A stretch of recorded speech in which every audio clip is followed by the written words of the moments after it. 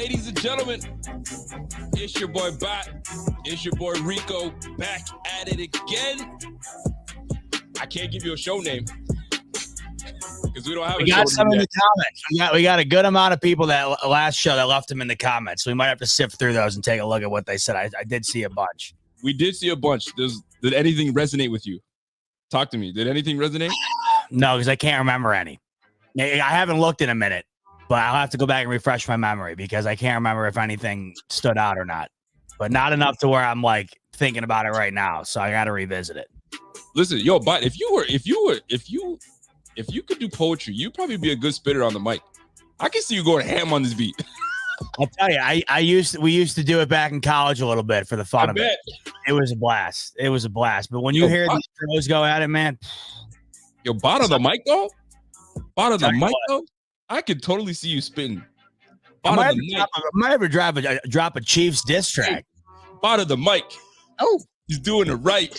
I wonder what my DJ tag would be. I always wonder what that would be. Who knows? But you probably kill that. You probably kill that. Everybody would have been Rico Kendrick one. I ain't on that train.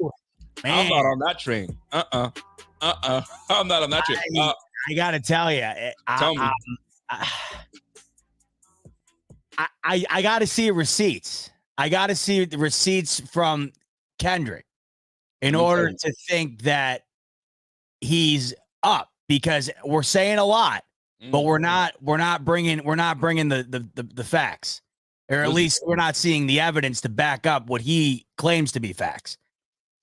I do believe that Drake was rapping his ass off. Yo, people, I think, when there's an underdog and there's if you were to look at these two artists, Kendrick and Drake, and you were going to see, well, somebody's got to be an underdog. Who would you have said the underdog was in that matchup, in that head to head? It's interesting because it depends on how you look at it. Because from a lyrical standpoint, you would figure Drake would be the underdog. But from a notoriety standpoint, from an overall who has more to lose standpoint, I would say that Kendrick is the underdog. So the thing with Drake is, which is why he's the global phenomenon that he is. I mean, he can do everything, and he knows it. He's as much of a pop star as he is a rapper. So it's almost an added benefit to the fact that he can do what he's doing within this feud, because Kendrick is a stone cold rapper, right? But Drake can drop the R&B album, the pop album. He's got the dance album that came out not all that long ago. I'm a huge Drake fan. I love Drake. And, I like Kendrick too. But I would say if you were to put the betting odds on if these two are going at it, I think it would be closer than you think, because I do think Drake has the ability to hang in the ring, but Kendrick is just a poet. There's some stuff like the ability to metaphorically use music is almost second to none. It's incredible. I'm watching. Listen, people want to say that I'm biased because I'm Canadian. Maybe there's some bias, and I'm a Kendrick fan and a Drake fan. Sure. And it depends. I feel like when you go through the comments, everyone just wants to slay Drake because he's been on top for so long. It's like, and when you hear when Kendrick was like, I'm not talking about me, I'm talking about we. They all want him down. So to me, it was like he was like Kill Bill. What's that girl from Kill Bill? She's like, okay, bring it. Drake's like, bring it. So he's attacking each and every one of these guys, and he's focusing on 20 cats. Kendrick's just got on him. So to me, trying to hit him with that at the end of Kill Bill too, where he's like this. She's like this to the dude. Listen, I think Drake actually won this one. That's just me. But most people go, oh, you just riding. I'm not. Now I will say this though, that last They're Not Like Us. Oh, that was a banger. That was a banger. You got people saying, "Oh, ho," but now people bringing up receipts. Hold on, I tweeted that 4 years ago, 6 years ago. You're using my tweets. Yeah, I saw that. You're using my tweets in your lyrics, bro. Come on now. So, like you said, receipts. Are they true? I mean, the allegations are just so heinous. Bro, that's heavy. That's I mean, I it seems like people are doing the bidding of Kendrick Lamar's, whatever he was trying to get after, because whatever he insinuated is now the major topic of the internet, where people are trying to unearth things about Drake. And that, to me, like the allegations made towards him are just so sinister that it's almost like you have to have something to back it up. And now, if you've noticed, the internet is just looking obsessed with trying to find ways to back this up. Yeah, absolutely. And they're doing the same thing with Drake, or not with Drake, with Kendrick. We're like, okay, what allegations? What he was hitting on his lady. He was what? He was this. Here's the thing about when you go from artists go head to head and diss tracks. The point of the diss track is to disrespect, is to really get at you, unearth crap like Pusha T did to Drake when he was like, "Yo, you hiding a baby, you have that stank on you." That was all time. I mean, that was all time. So at that point, Drake was like, "Yo, he got me. I came back with Duppy, but Duppy wasn't good enough, so he got me. So this one, he's like, I have no skeletons, man. Come at me, and I got you." The crazy thing about that is, like, Pusha T 100% won in the sense that I don't even know if we know Drake's son right now if it weren't for him. Like, imagine if that didn't happen. I know. But, like, back to back, I'm pretty sure it's like a double platinum single, and that was a diss track. So it's crazy when you think about it. Yeah. Like, Drake literally dropped a platinum record on a diss track. That was legendary. Crazy. But Pusha T he's not at that stratosphere that Kendrick's in. That's why this is so everybody's loving this, because you got two of the top dogs, really. I mean, like you said, the goal, of course, is to disrespect. I mean, these guys, this isn't even disrespect. This is like they're trying to murder. Yes, they're trying to. I'm trying to eviscerate you, and I want you off the map. So here's a question for you. So Kendrick comes on and says, "You're a pedo, you're a this, you're a that." All these just crazy things. As an artist, you're in the middle of a heat of back and forth. Do you ignore what he says because you know it's not true, or do you come in and Drake and say, "That's not true what you're saying"? At least I came up with fast. Now you're just making stuff up. Right. Damned if you do, damned if you don't. If you say nothing, you're like, "Oh, he says he's hiding something." But if you defend yourself, oh, look at him, he's defending himself. So, like, what is he to do? Right. What is he to do? And that's my issue with it, because when you drop allegations like that, you're exactly right. That was my first thought. Yep. If you don't say anything, well, why isn't he saying anything? Why isn't he saying anything? Why is he just letting this flow? If you do say something, oh, well, he's just denying it. He's not, he's not he can't necessarily prove it type of thing, whatever. That's why, to me, like, if you're gonna come out with that type of stuff, because not only that, but then he also said he's got like an 11-year-old daughter.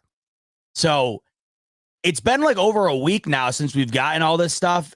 And I know people are out there saying, "Oh, I can see this for the reason why Kendrick said this. I could see this reason, that reason." But no concrete, like, wouldn't you think there would be something concrete right now? And why wouldn't Kendrick divulge that if he was truly trying to throw the knockout blow? And some people are saying that he just went online to see what people are saying about Drake, and he's like, "Yo, I'm gonna run with that. Let me run with that." But the industry is the industry. People know stuff. You hear it. You see what Didi's going through. I mean, that's what I was gonna say. Like, the unfortunate thing is, whether it's true or not, the problem is this thing is that type of sinister behavior has unfortunately become far too normalized. And so now, whether you are actually guilty of that or not, the accusations almost stick regardless, because it's now, I don't want to say commonplace, but it's not uncommon for this stuff to happen now. So when you are made aware of another famous person going down that path, people are more likely to now believe it, whether or not you're given an adequate amount of information or not. And like you said, once you say it, there's no taking it back, because it might as well be true at this point to probably 50% of the people. Because if you're a huge Kendrick fan, you're taking that at face value the whole way. I'm with you. So like you said, Drake, it's a bad spot to be in. It's a bad spot to be in. It's a bad spot for both of them because you got one saying you do domestic violence, which is a big no anywhere, and then the other one that you're a pedo. Yo, you go for underage girls. Yo, it's nastiness on both sides, but this is what it is, man. I mean, he just went verse for verse, bouncing off of family members. Like I haven't. That was crazy. Yo, Meet the Grams was nice.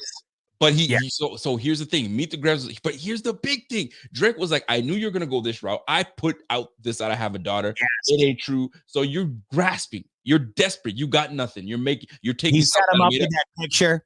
Yes, he set it all up. So then how do you give that to Kendrick when Drake is like, yo, I gave you all the BS and you got nothing. And then he remastered. He took out the 11-year-old daughter part out of his track. And now he's just, I'm going at your moms, your pops. But yo, Family Matters, that was a dirty, that was a favorite track out of all of them. Oh my God. I loved that one because it was like 3 songs in one.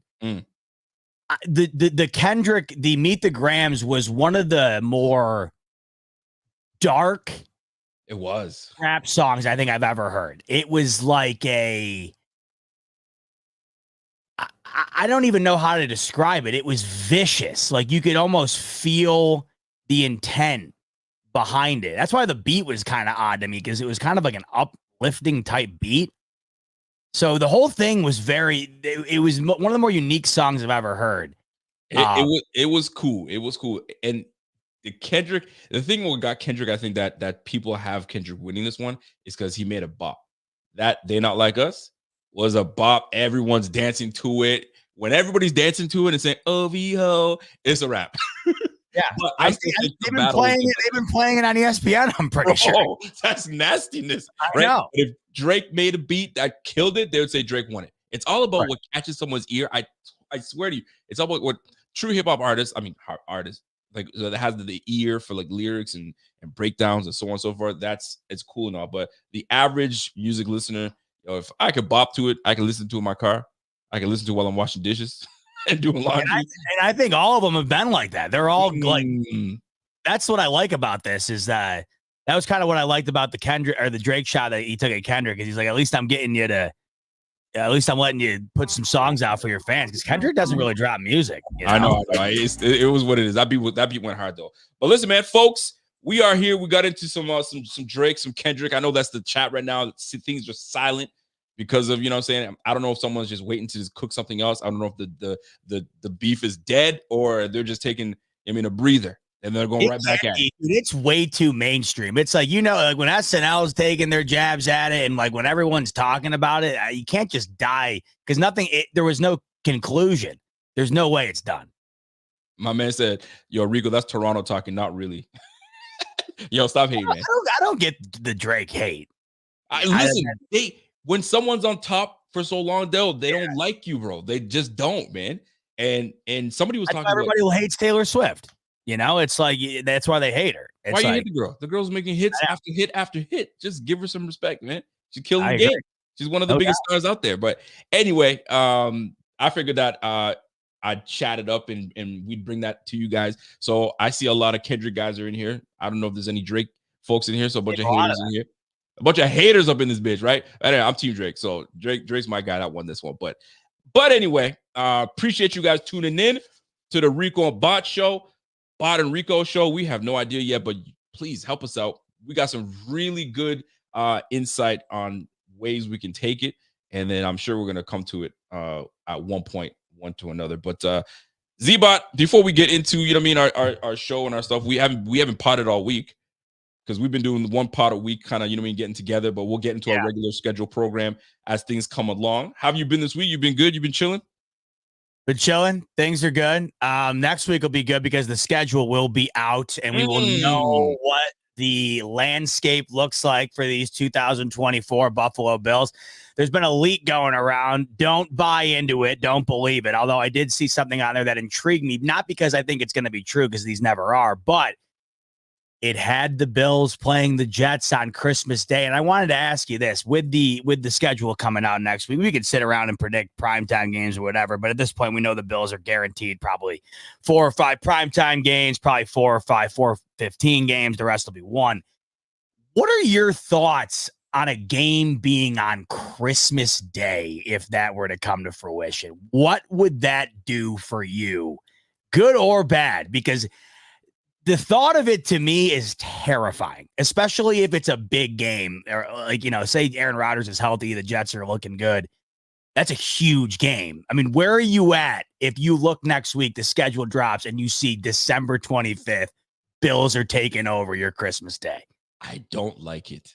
I don't like it. I like it, but I don't like it. Yes. I'll tell you why. Because I'm thinking of what it's going to entail on Christmas Day. Christmas Day is going to be get up with the kids. First of all, what time is the game? Let's say it's because they're going to do a double header this year. Yes. So let's say it's the later half. It's the later half. So we're talking it's whenever Christmas Eve Christmas Day night game. Then I'm okay with it. But if it's like if it's the first game. What if it's at like noon?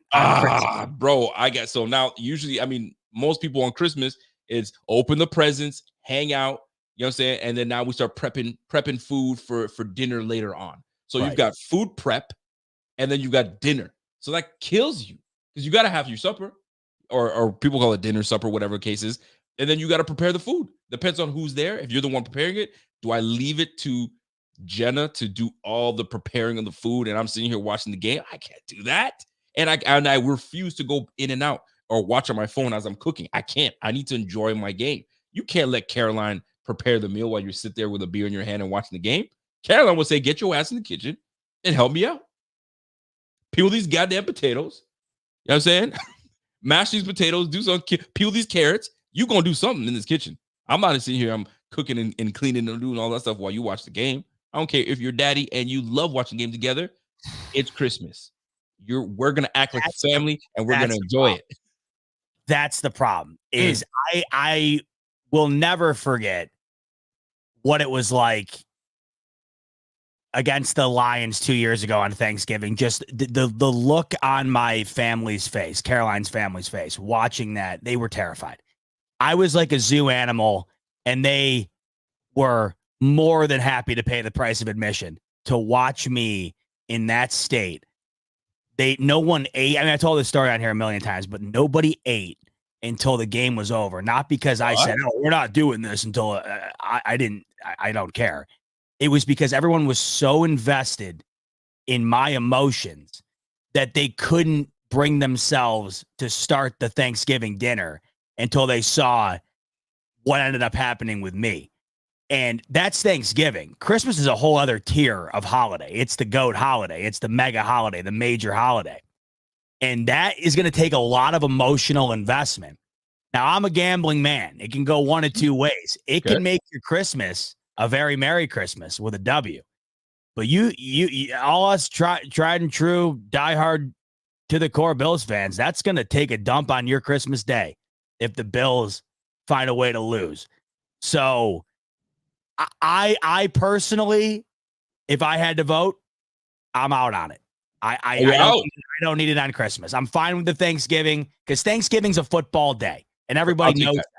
Christmas, I love watching football on Christmas when I don't have to have any stake in the game. I get it. I'd be out.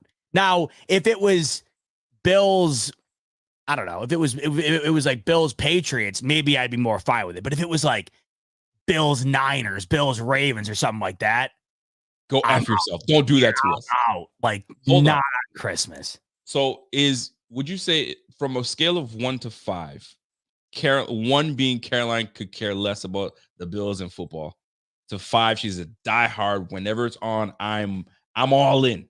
Where does she rank as a fan of the Bills? And I ask this because now it sets me up for the next question after that. Oh my God. It used to be a 1. I would say it's a 2 now because there's more interest, mainly based on how it's going to affect me. Okay. Not necessarily how it's going to affect the Bills, but how are the Bills going to affect me? But she's also intrigued by certain things now, like, the overall energy of the game and the meaning behind wins and losses and certain matchups and stuff. But as far as fandom is concerned, I mean, she really could care less. So that being said, if that is the case, she's a 2. That tells me she would prefer Christmas to have the time with family. Friends, she would hate it. She would hate every second of it if the Bills were on. Okay, so that means you're out. You have to be out. Other than you choosing to be out, she would probably force. I wouldn't say force because she knows you love the game, but she would make it known that she'd rather you spend time with the family. You can watch the Bills next week. They play for 18 weeks. That's the nice thing.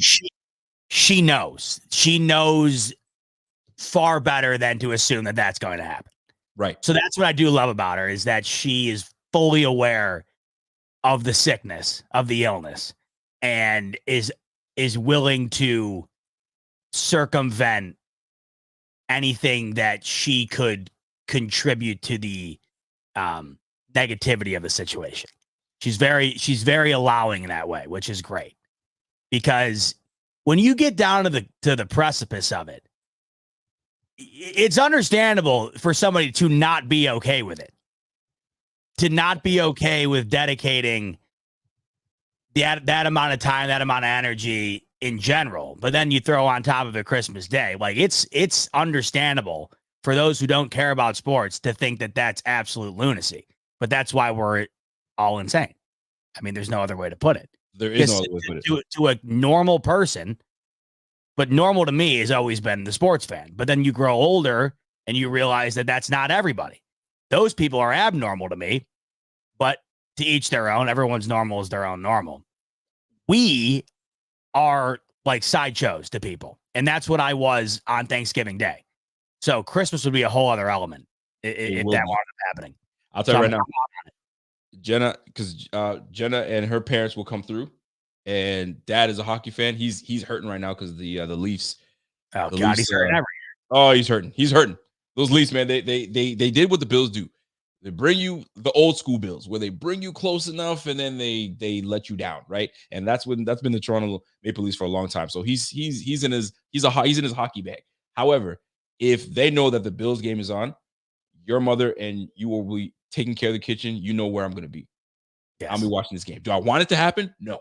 But if it's on, it's on. We're going to watch it. But if it were me, I don't want it on Christmas. It's just me relax. I just want to relax and just enjoy that day. That's for me. Now, that being said, though, schedule coming out next week, how many primetime games will the Bills get?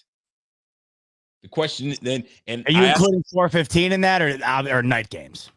Ooh, is 4:15 is that considered prime? That's not prime time. But no, I don't consider it, but some people do. Yeah, you're right. You're right. How many do we get? Because I'm going to look up what we got last year. I believe last year we had 5. Did we only have 5? It felt like we had. It might have been 6 with the Dolphins game being moved to Saturday night at the end of the year. It was 5 or 6. Do we get the same or do we get less or more this year? With this schedule, there's just no way it's any less than 4 or 5. I mean, there's just no way. You got the Niners on there, the Chiefs on there, and Aaron Rodgers, Jets, the Ravens, the Lions, the Texans, of course, now with Stephon Diggs. I just don't see a world where there's not 4 to 5 primetime games on this schedule, not to mention another handful that are going to be 4:15 games as well. So I would venture to say at least 4, probably 5. So that's 5 of the 17. And then I would guess another 5 at 4:15, maybe 6, and then 5 or 6 games at 1 p.m. So I think they're going to have almost a split down the middle on both ends. You're going to have like the exact same amount of 4:15 games, primetime games, and 1 p.m. games spread throughout the year. So looking at our opponents, if you guys can see the screen here, you got home games. You got the Jags, Titans, Arizona Cardinals, 49ers, Chiefs. You got Miami, New England. So to me, Chiefs are going to be 1. They got to make 49ers another prime time, or maybe not. That might not be, but you never know.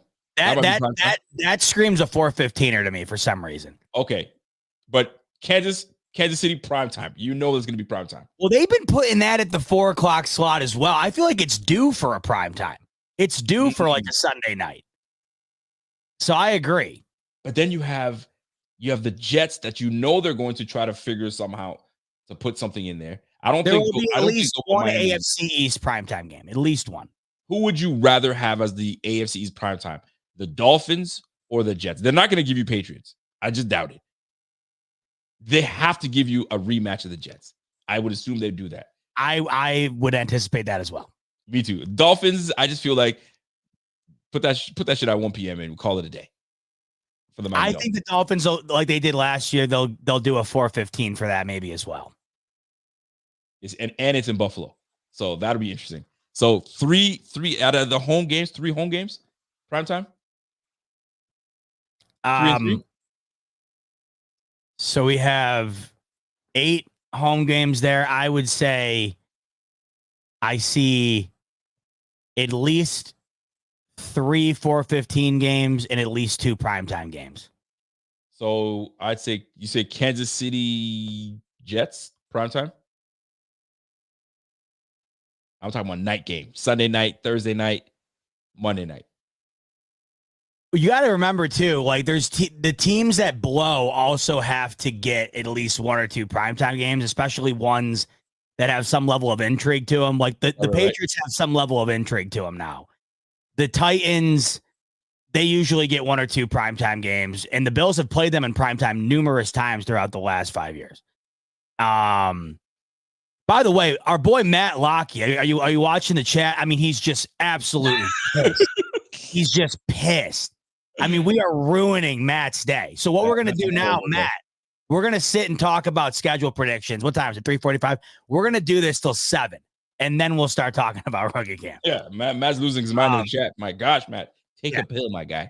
Take a pill.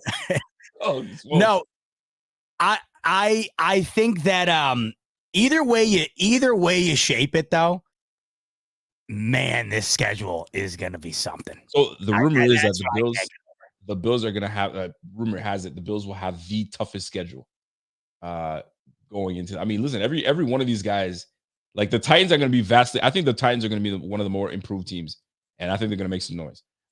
Jaguars, obviously, they're going to look to bounce back. The Titans, I think they're going to shock some people. Cardinals, Kyler Murray being there. You got Marvin Harrison Jr. That'll be interesting. Yeah, I mean, listen, last year, let's not forget, in the midst of a lot of great Bills W's, won 7 of their final 8. I mean, we're talking about coming out by the skin of their teeth against the LA Chargers Z squad with the firing of their GM and the head coach that week. We're talking about a loss to the Pats on the road. Probably the worst game I've ever been to in my entire life. I don't know if it'll ever be trumped. You know for a fact that a game like the Cardinals or a game like the Titans or, and the Jags always play the Bills tough. They've beaten them the last couple of times they played them. Like, this is what I'm getting at. These are the games that aren't the blockbuster ones. This is why this schedule to me is just like, it's a blockbuster schedule when the Rams game seems like a mid-tier game. You know what I mean? I'm looking at the teams that we play. Like, the home games are already tough enough. Then you got Houston, Colts. You got the Rams. I mean, let's just base it on what we were talking about last week with your hierarchy. We were doing the hierarchy there. I mean, you look at it right here. You're playing Ravens top 10 team, Detroit top 10 team, Houston top 10 team, Niners top 10 team, Chiefs top 10 team. And then we talked about the Dolphins, of course, being on the outside, maybe looking in just a bit. Yeah. The Jets outside looking in. I mean, half their schedule is against the top 10 of the league. Facts, man. You got 1, 2. We'll count the Dolphins. We won't count. We know where the Dolphins are. So 1, 2. At least half the schedules against the top 12 teams in the league. You got 4. You got 5. It's gonna be a tight one. It's gonna be a tight one. So, folks, I can't wait to see that next week. We will have it for you.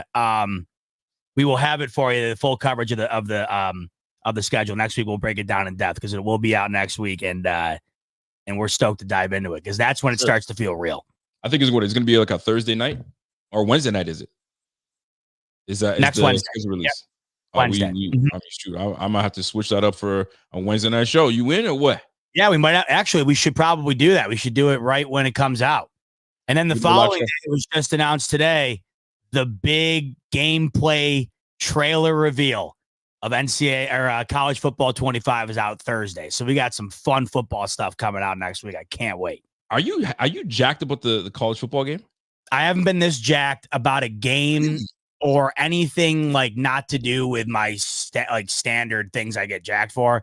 Like I am borderline tears excited for this game. My gosh, I'm not as invested into that. I'm like, all right, college game is coming out. All right, bet.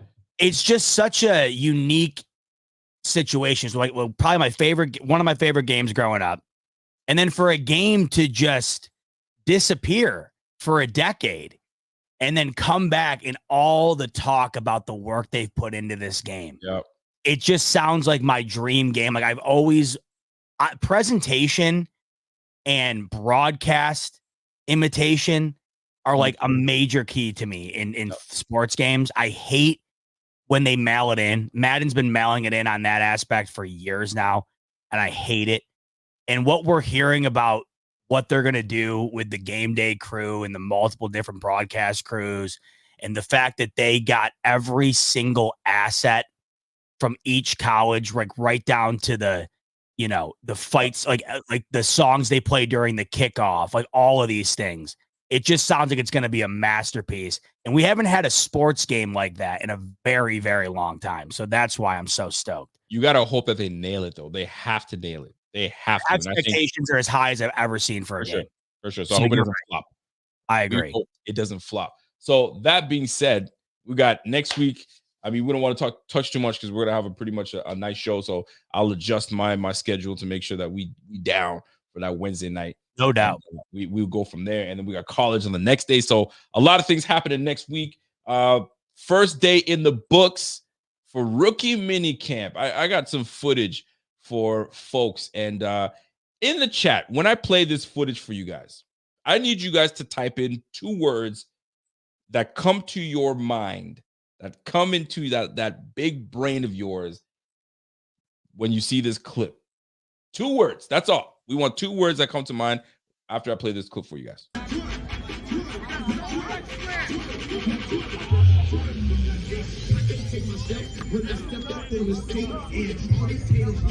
So I play this clip because rookie minicamp has started, and if you are on social media and you spend way too much time on social media, like myself, sometimes I spend so much time. I have to take my phone away and just put it aside for now, and I just gotta go. But sometimes when you cover the team, you got to know what's going on. So you got to be attached to your phone and see what's happening. So minicamp started today, and Keon Coleman. I wouldn't be surprised if Keon Coleman was not trending right now because of all the things that people are talking about when we make Keon Coleman. So in the chat, when you saw that, what are the 2 words that come to mind when you see that brother on that? My man Matt Logie says Oregon about to be raw in that game. All right. My man says Ducks are daddy. I don't know what's going on with Matt Logie. We're talking about college, but what's cool about Oregon is like unlike my Penn State Nittany Lions, when you're playing that game, you can play with like 15 different Oregon uniforms, which should be awesome. That actually would be cool for sure. Charles G says Keon looked good in camp. He likes what he's seen. I mean, no defenders for sure. See, Matt's on fire today. He's on fire today. I love that. That's a great allocation of the 2-word allotment there. That was great. I mean, Laura says she's excited. Walter says, look at the separation ability by Coleman. There's not a cornerback within 100 yards of him. Walter, that's like 12 words. That's like 12 words, Walter. We got to get that down to 2. Come on, Walt.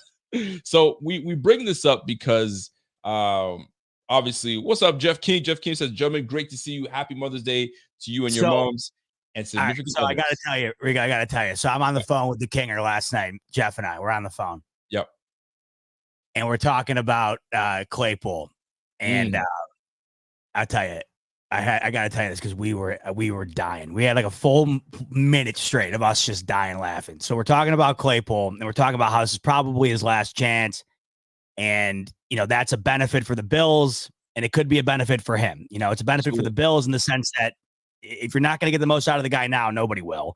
And it's a benefit for him because you're in a situation where you're with a quarterback that can get the most out of you. So we were talking, and Jeff said, yeah, and if it doesn't work out, I guess he'll just get sent over to the Canadian League. And I said, yeah, he'll be playing 2 miles down the road from Rico at a YMCA. And we were you guys are assholes. Dude, we were dying. From a YMCA. Y'all the assholes, man. Yo, give that brother a chance, man. So yeah, it's like we were like, either he's gonna flourish or he's gonna be playing it for the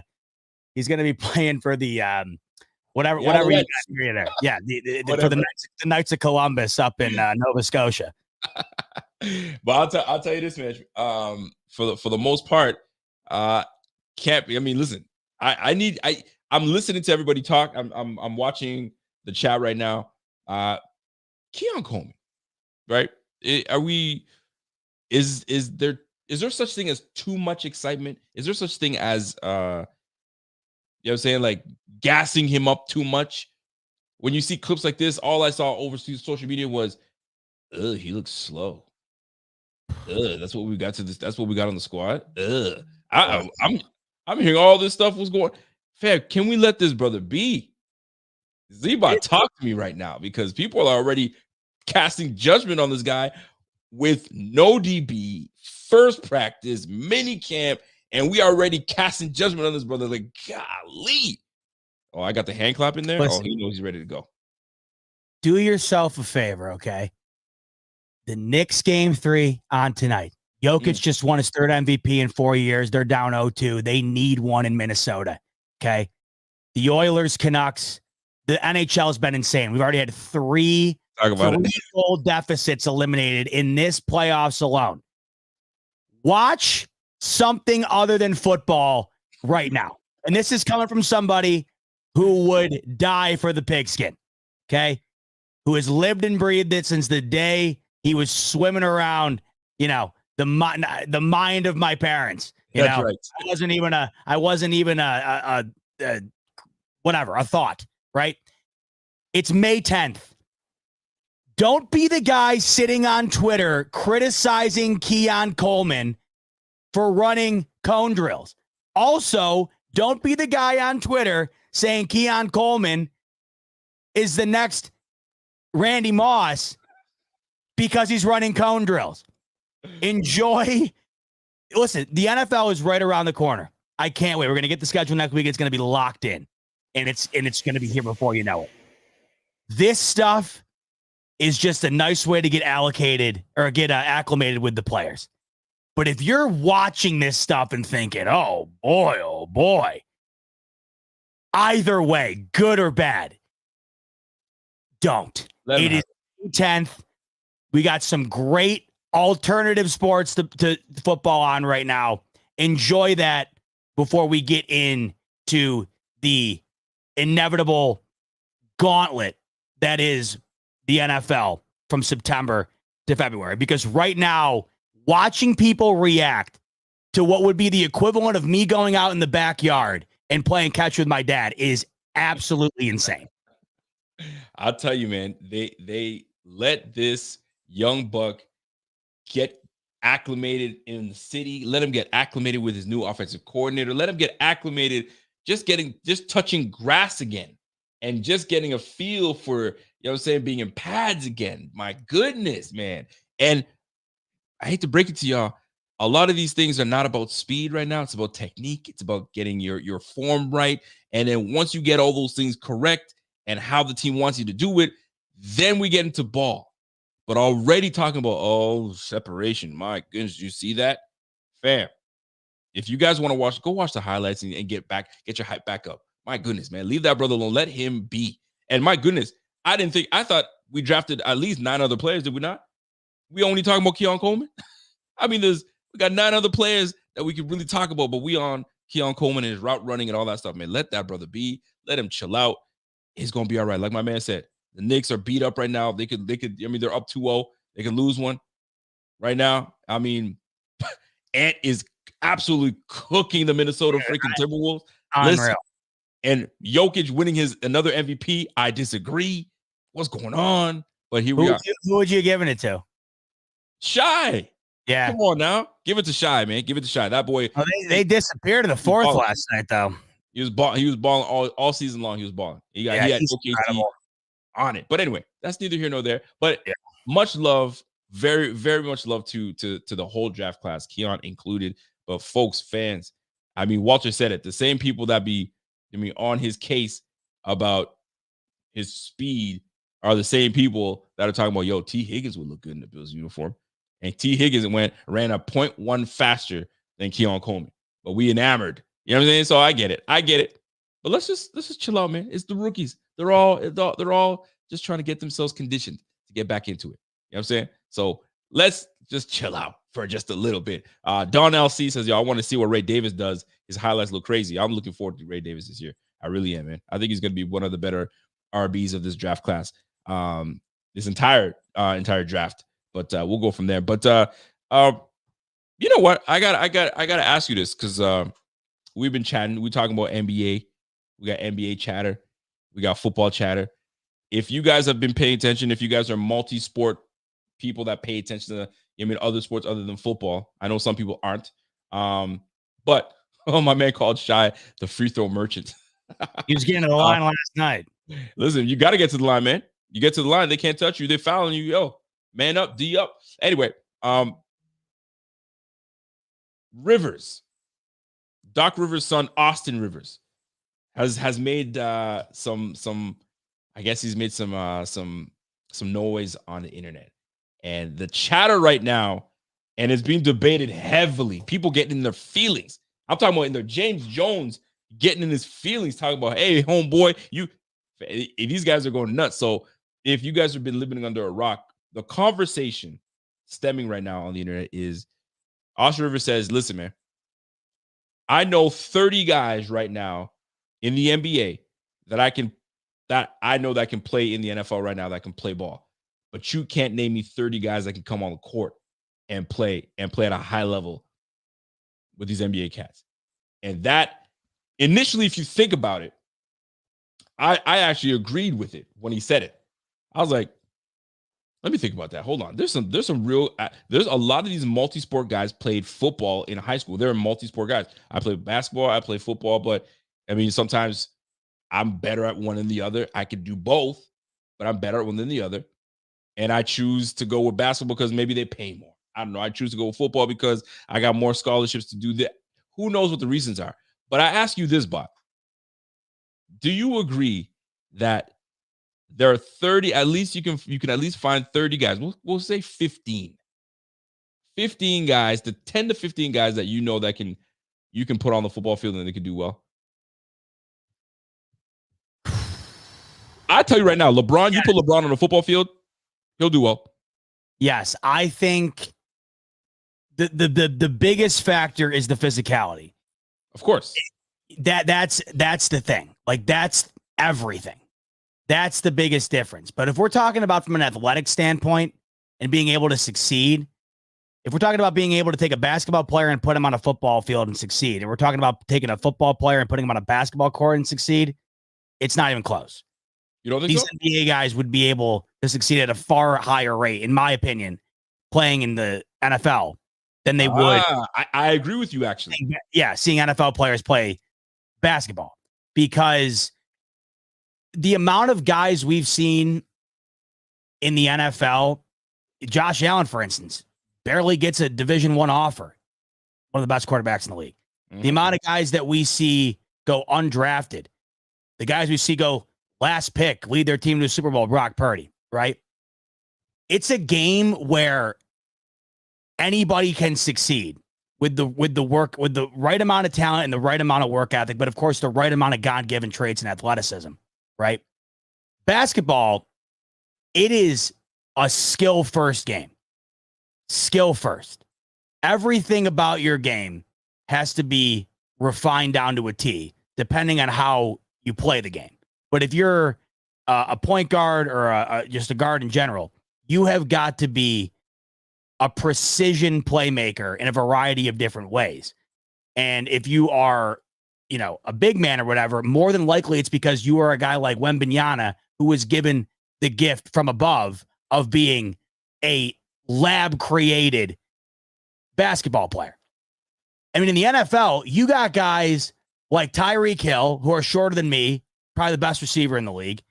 You have guys like Chris Hogan, who was playing lacrosse at Penn State, goes and helps the Patriots further their dynasty. I don't think you can see stuff like that in the NBA the way you see it in the NFL, because it's a far more team-oriented game in the NFL. The NBA isn't. It's not nearly as much. Mm-hmm. So I think that if you were to take NBA athletes such as LeBron, could you imagine if you gave KD a couple years to train at wide receiver with that arm span, with that wingspan, with that height, with those hands? I just think if you envision that, or if you envision Josh Allen playing power forward, Josh Allen might be able to body you up. Josh Allen might be able to play some killer D. Where's the shooting coming from? Where's the ball handling coming from? So to me, it's the skill that you almost have to be at an elite level at such a young age in order to get to this point that differentiates it. Because in the NFL, the amount of guys that didn't even play football until they were in high school and want to make in the league, there's a laundry list of them. So you got international players. That's what I'm saying. Like it's a crazy idea to think that the athletes on an NBA field wouldn't be able to at least succeed within a team more than a guy in the NFL would be able to just be thrown on the court and succeed in the NBA. And this is why, and I got to play the clip so people can understand the anger that some of these people have originally. So I want to try to play, if I can find the original, because I can tell you right now, you and I are aligned in this. I can find you, and I'm with Austin Rivers. I'll find you 30 cats right now that can play. Like Russell Westbrook would absolutely kill in the NFL. I mean, you could throw him in punt return. My gosh, man, he's a super athlete, man. He would actually kill, in shape as ever. But yes, we get it. There's a physicality of the game. See, and that's the thing. Right? People want to talk about, it's physical. I don't know if you can handle the physicality. Boy, they can't handle the physicality. Come on now. Of course, could you imagine like Joel Embiid playing left tackle? I mean, like, that's a big left tackle. That's what I'm saying. Like, could you even imagine that? Like, could you even imagine that shit? Like, imagine Tua dropping back the pass, who already has a tough time looking over the line as it is, and you got Joel Embiid just standing on the line like this. Absolutely. There's ways you're going to be able to contribute to the team that aren't necessarily, making incredible highlight-worthy plays. So right now, what the comment was, I can take 30 players right now in the NBA and throw them in the NFL. You cannot take 30 NFL players and put them in the NBA. And I'm still with that. I agree with that. I don't understand why this is so divisive. People take it, they're taking it very seriously. So here comes James Jones. Never heard of you. He said you sound salty, and he told you to beat it. The comment. I don't want this. They got the beat playing behind it, right? So you know what it is, Rico? I think that guys are taking it as a slight towards their professional sport. And what Austin Rivers didn't say, I can take 30 NBA players and make them NFL stars. He's saying I can make 30 NBA players and NFL players. Yep. I think guys are thinking, oh, you can just go out there and dominate. No, but what I was just saying is what the point is to me. Yep. There are guys that I think could contribute in some way far more than I think there are NFL guys that could go and contribute on an NBA roster out on the court. I don't like you said, averaging 9 points a game. Over so he's going at him like what he's done in the league. It's not about what he's done. Oh, like, that's bullshit. You don't need to do all that, man. You only did 9 points in the league. Did that? You're 6'4", 200 pounds. That's crazy. You ain't got to do all that. All he's saying is you or NFL players just can't come on. Like I've seen. So he's on Pat McAfee having a fun conversation with McAfee, and this is where it gets taken to, where they're ripping his career. Oh yeah. You take it to the career. He's in his feelings right now. He's in his feelings right now. I don't get it. Some people are like that, but it is what it is. I'm gonna say this though. Walter comes in and says, you guys are understanding that the NFL, you guys are underselling the NFL when you guys come from rugby, which is a similar game, struggle to enter the NFL. Why do you think a game requiring a completely different skill set would succeed? But here's the thing. A lot of these players that are playing in the NBA, it's not like they've never played the game in their lifetime. They played high school ball. they had to make a decision as to, okay, after high school ball, do I want to go play football collegiately or do I want to play basketball collegiately? Keon Coleman is your prime example. 4-star. He was a 4-star NBA basketball star, right? Played some Michigan State ball, good player. I'm better at football, so I'm gonna do what I do. You mean to tell me he can't go play ball right now? Of course he can, but he's like that. Yes, but I think there's more players that can come in from the NBA and go into the NFL and ball out. Because here's the difference too to that point. Yeah, go ahead. Walter's right on the physicality part from the rugby standpoint. He's talking about, guys aren't able to make it with that. The NBA features some of the most athletically gifted human beings on the face of the earth, because not only are they athletically gifted, but their bodies are 1 in a million. The wingspan of Victor Wembanyama sitting in my room right now would touch either wall, would touch the wall on each side, plus his head would be hitting the ceiling. You have how many guys over 7 foot? Hundreds. It's insane. I don't know if it's that many, but the most you'll ever see in one setting anywhere on the planet. That's how many you have. Is there one 7-footer in the NFL? The amount of guys that you have, like I think the Westbrook point you brought up was incredible, because that guy he's like a Tasmanian devil. So if you were to put him at kick return, the guy loves physicality, he loves contact, and he loves getting in your face, and he's insanely quick. Put him at running back, put him at receiver, put him at DB, put him at safety. Bro, he would be able to do it. He would be, even Ant would be able to play. I'm trying to think. He's an athlete. I mean, yeah, you could throw Ant. You could throw Ant like imagine giving him LeBron anywhere. You want to put him on the line? Put him on the defensive line, man. LeBron would do it. There are people who are convinced that if LeBron were to have just pursued football, that he could have been a top 10 tight end in the history of the league. For sure. He's that dude. He can play. You're talking about a 7-foot guy, doesn't have an ounce of body fat on him, who 20 years into the league is still a top 10 player. Let me tell you something. Charlie, you probably don't know who Charlie Ward is. Charlie Ward back in the day was a Knicks ball player. He went to Florida State. Heisman winner. Heisman winner was a quarterback. Heisman winner. He chose the NBA. He could have went to the league. Heisman winner. He was like, nah, I'll play ball because I could do it like that. So I don't know what all the anger is. It's like, yo, get over yourselves, everybody. I think they're just in their feelings. Question. I think about this often. Say you were the Bo Jackson of the basketball football world. He was the of course, the legendary, baseball, football. That's right. Elite at both. Say, Rico, you are that, but with hoops in the NFL. But of course, in today's game, in today's age, there's just no way. The way that the sport dominates the calendar year, there's no way you're doing both. You can't. Which one? You are just as good at both, and you will be a top draft pick in both, and you will inevitably succeed in both. Which one are you choosing and why? NBA. The NBA or the NFL? NBA, no question. Why? Finances. Yep. Guaranteed contracts. I mean, you see the money these NBA players are getting. Jaylen Brown's getting $300 million to hand the ball off at the end of the game. Bro, the money these NBA cats are getting, it's a no-brainer. That's why a lot of these guys are like, okay, I can hoop or I can play NFL. The NFL is great because that's a game you love. You love that game. You can play right now. Yes. You could play right now. If you're not like, look, we'll give you a prime example. Dwight Howard. Dwight Howard is a former defensive player of the year. NBA finals finalist, like all those things. He's in Shanghai. Yeah, he's still playing. He's still hooping. Yeah. He's still hooping. And you can make some money overseas. It's not as great, but the money's decent. Yo, once you're done in the NFL, bro, I don't know how much money these UFL cats are making. I don't know what they're making in the XFL. I don't know how much money they're making. Hey, ain't a whole lot. So that is a no-brainer question. NBA. But which do you love more? That to me is what I struggle with, because that it once you make a certain amount of money, the money stops being as much of a factor. At least it would to me. Like if I'm making $30 million in the NFL a year, the 50 million mark isn't going to be the biggest determining factor for me.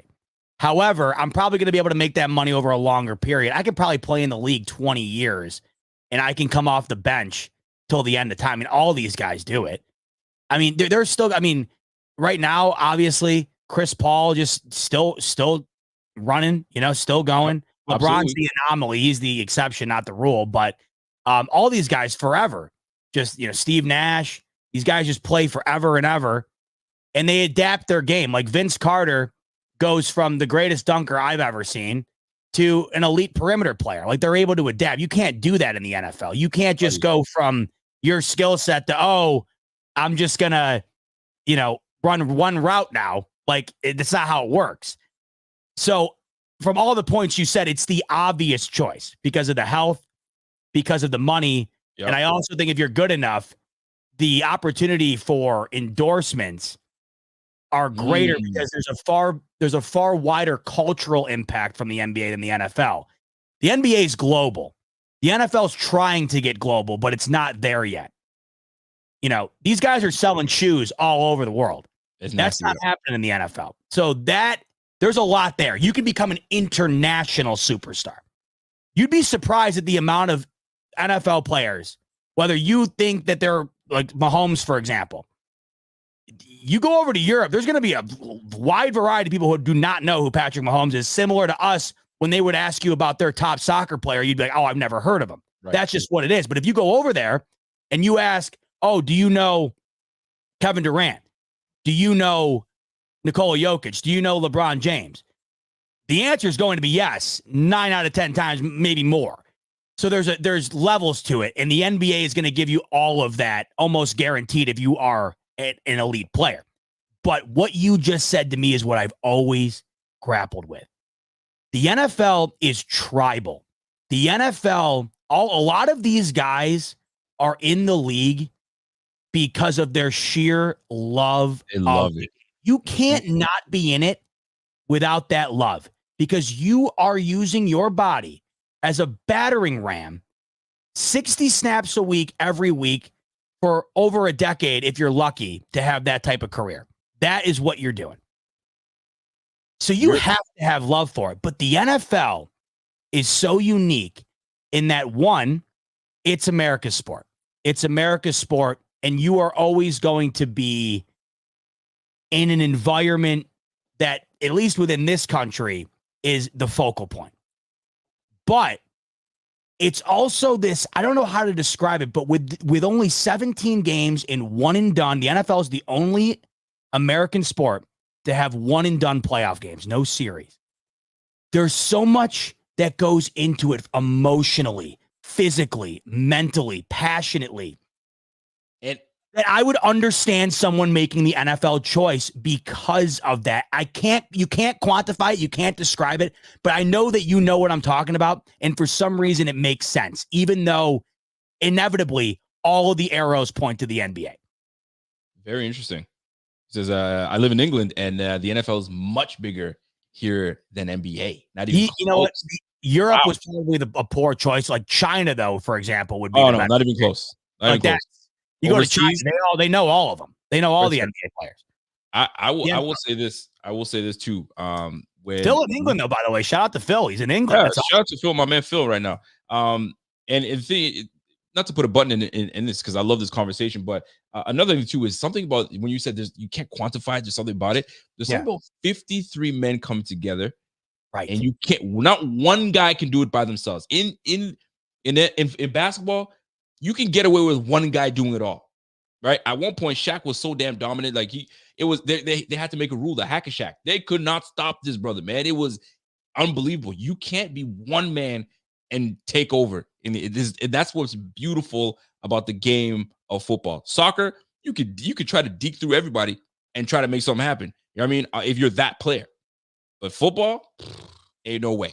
You can't do it. And I think that's that gravitates and that pulls people for the love of that game because everybody's got their role. I mean, any sport, everybody's got their role, but football, just unique. It's just that great. So to wrap all this up, why people getting in their feelings with can NBA players travel and play on the court rather than listen, fam? NBA cats been doing it. They can do it. You'll have Austin Rivers is absolutely right. He can find 30 guys that can go on the football field right now and do it. Easy. And in the NBA, I mean, listen, there's some NFL guys that can ball. Have you seen Myles Garrett? Myles Garrett. Yeah. You imagine Myles Garrett in the paint? He's massive. Have you seen this guy? He can hoop. He can hoop. He's a big boy. Oh, that's right. I saw, the rec league stuff that he put out a couple years ago. I remember watching those clips and thinking, I mean, we're talking about Dwight Howard. That's Dwight Howard with another 45 pounds of muscle on him. Bro. I mean, good luck. I got Nikola Jokic right now. The guy looks like he is down at the local bar slamming wings and Miller Lights till 2 a.m. He's the greatest damn player I've seen in the last decade. I can't get enough. My favorite player, maybe in sports right now to watch. I can't get enough of the guy. And the guy, the way he acts and the way he looks, it just doesn't make any sense for him to be that good. And you're looking at a guy like Myles Garrett. You're telling me he can't get down in the paint and throw your ass into the rim? I mean, come on. I'm gonna say this though. There's if I don't know how much you know ball, but Brian Scalabrine, sure, right? The White Mamba, right? Brian Scalabrine. Oh, there you go, my guy. They used to think Brian Scalabrine was a scrub. Oh, Joes from the street were like, man, I can take that, Brian Scalabrine. You know what Brian Scalabrine did? He's like, yo, if y'all think you could beat me, I challenge anybody that thinks they can beat me off the street. If you're just a pro, if you're a college guy, you think you can come and beat me, I'll show you. I may not be able to compete with the best of them in the NBA, but I sure as hell can whoop your ass. Right. And guess what? He did a challenge, bringing anybody, he says 1-on-1 up to 3 or whatever the case was. He absolutely wiped them all. He wiped them all. Bank shot, jump shot. He was crossing them up. Nasty. So anyway. There's so many guys like that. Like that's like one of my favorite type of players. Red Mamba. The big perimeter guys. Like growing up, I loved Hedo Turkoglu. I loved him. Manu Ginobili to me, one of the most underrated NBA players of all time.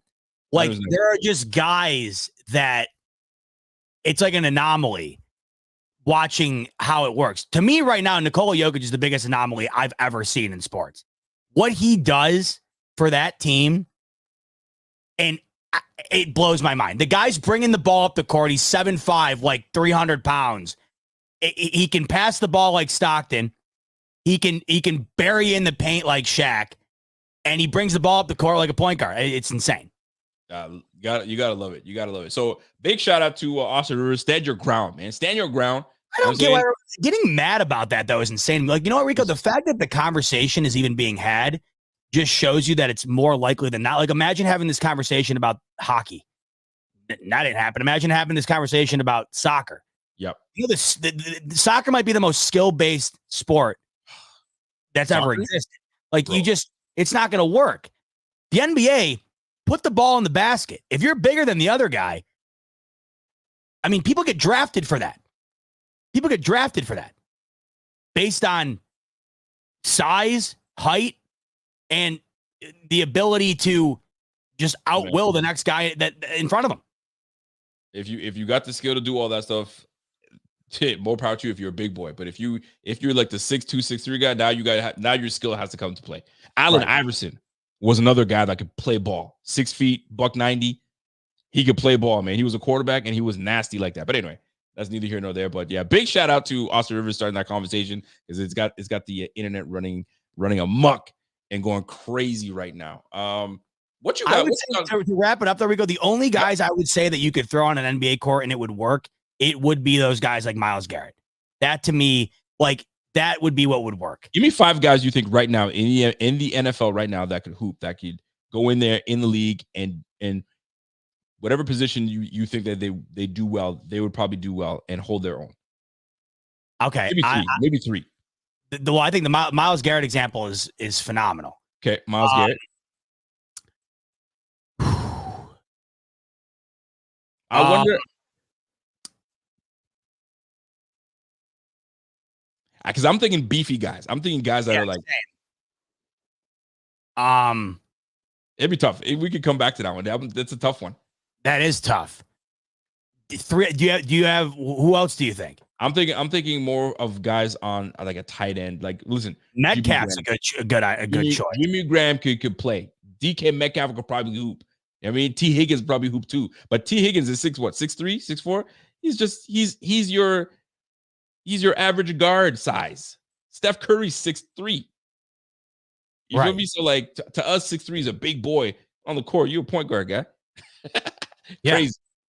Is T Higgins 6'5"? No, he can't be 6'5". I thought he was like 6'3", 6'4". I would be exclusively big body guys. That would be what I would go for. All right, that's the only way that you can make it in the paint. Make your love in the paint. That's the way I look at it. Now that I'm on the spot, though, I'm having a tough time like thinking of it. I know, right? Myles Garrett's like setting the tone for me, and I'm trying to. There's like only one Myles Garrett, though. That's the thing. There's not a whole lot of boys like that, man. Julius Peppers was a hooper. He played at North Carolina. You know what I mean? But I mean, he's retired now. But those are the guys that you can put on the court. And when he was playing ball, he was okay. But he knew that he could have a Micah Parsons would probably be good too. That's a good one. I mean, anyways, neither here nor there, but a good conversation to have nonetheless, for sure. Yeah. But anyway, you had you made me go watch something. By the way, we are at the top of the second hour. We're going into the second hour now, and big shout out to everybody tuned in off of Twitter, off of Facebook, off of YouTube. Salute to y'all. Smash that like as you guys are here.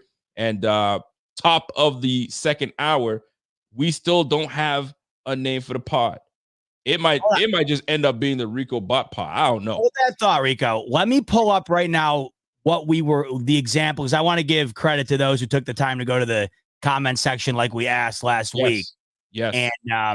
And let us know what they thought would be a good name. So I'm going to pull that up right now because I know a lot of people, they left some ideas in the chat. So I'm going to read them aloud to you, Rico, in order from where I see them. Okay. So 1, salt and pepper. That's one. That was kind of a play on our Ebony and Ivory idea. I like it. Salt and pepper is 1. The Rico and Z-Bot Buffalo Fanatics Bills chat. It's long. We might have to table that one. But I appreciate the idea. Fireball Boys. I think that's a little too deep cut. You'd have to really know. You'd have to really.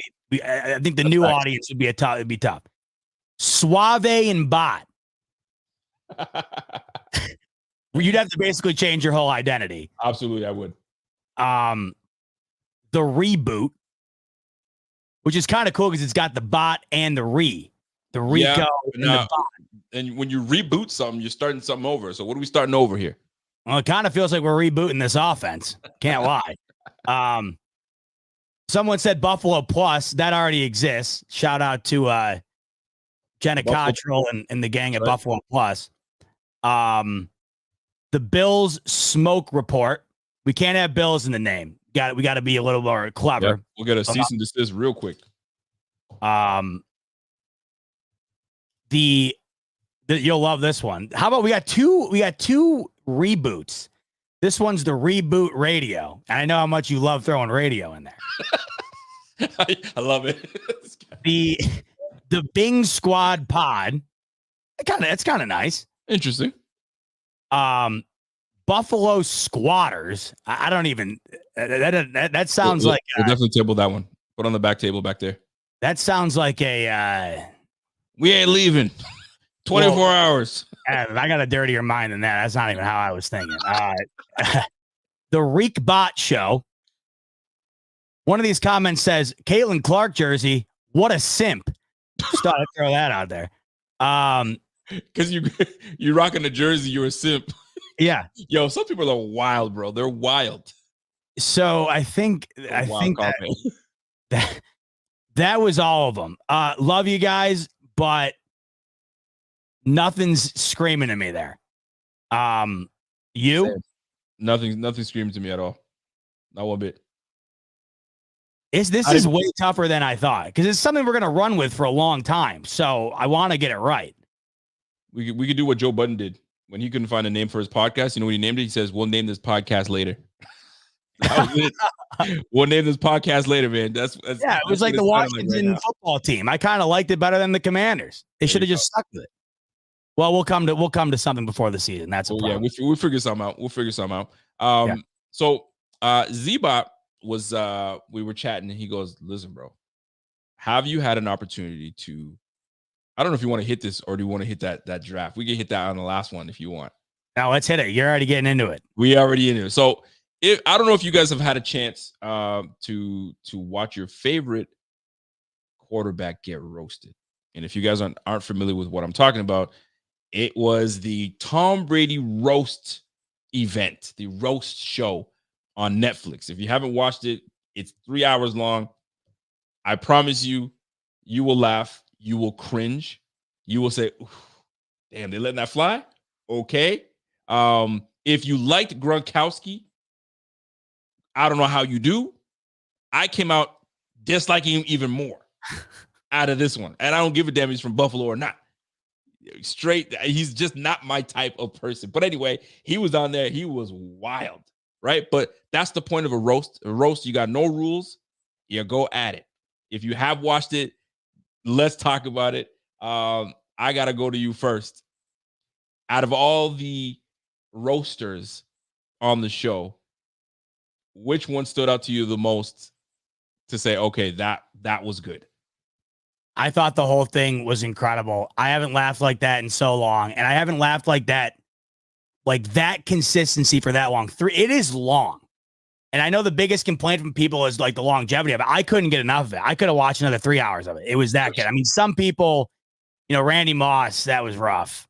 Ben Affleck, someone needs to get a welfare check on him. I don't know what the hell that was. That was brutal.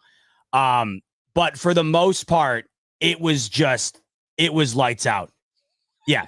Me and Jeff were talking about this yesterday. That joke from Nikki Glazer. She was great. I don't know. I think she might have been the goat of the night. When she said, "Tom, you're right. How did you fall for a crypto scandal? Even Gronk know that not real money." Not real money. I was crying. I was dying. She was unbelievable. She was off the charts. Jeff Ross kills it as always. The roast master. He never not delivers. Tony Hinchcliffe, incredible. Great.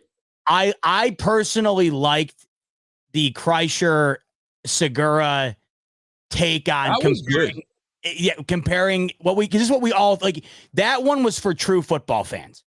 Because I know people didn't love that one. They didn't think it was funny. You have to be a diehard football fan to get that. Because they were comparing Tom Brady to a serial killer. And it was spot on. And it was hilarious. Like, the girl was like, here is the list of how to understand a psychopath. And ironically enough, it's helped me understand my wife better. They were just throwing little jabs in there. I thought that was hilarious. But I think Nikki Glazer stole it. Hinchcliffe was incredible. Ross was incredible. Schultz was amazing. Good. I thought Belichick was hilarious. Gronk just saying some of the most absurd shit of all time off script was insane. Hilarious to me. Edelman, cutthroat. Going for the jugular. That was nuts. I thought from beginning to end, it was lights out. And they really packed a punch. Like everybody was going for the jugular. Did anybody go too far? So here's how I am. And this is a major debate for people. You can't police what's funny and what isn't. Sorry. If there's things, it might not be funny to you. That's fine. But you can't say that's not funny. I laughed. Millions of other people laughed. You can't say it's not funny. When it comes to comedy to me, I don't think anything should be off limits because that ruins... Especially in a roast. Yes, that ruins the ideology behind comedy because you can't determine what's funny and what isn't. You can determine what's funny to you, but you can't determine point blank, black and white, that's funny, that isn't. So to me, no, nothing goes too far. I don't think anything goes too far. I think what a bigger issue, and I know a lot of people had issues with the Hernandez stuff. I don't have an issue with it. I just was stunned at how much it was used. That to me, like the fact that Brady threw that out was crazy. Listen.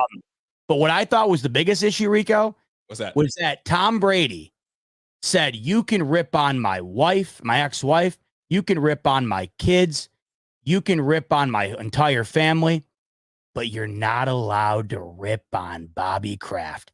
The billionaire who got caught with his pants down was the only one that was off. If you were to ask me my biggest issue of everything, it wasn't anyone going too far. It was the fact that out of all the rules you're setting in place for this, the one you can't touch is the billionaire owner because he's holier than thou.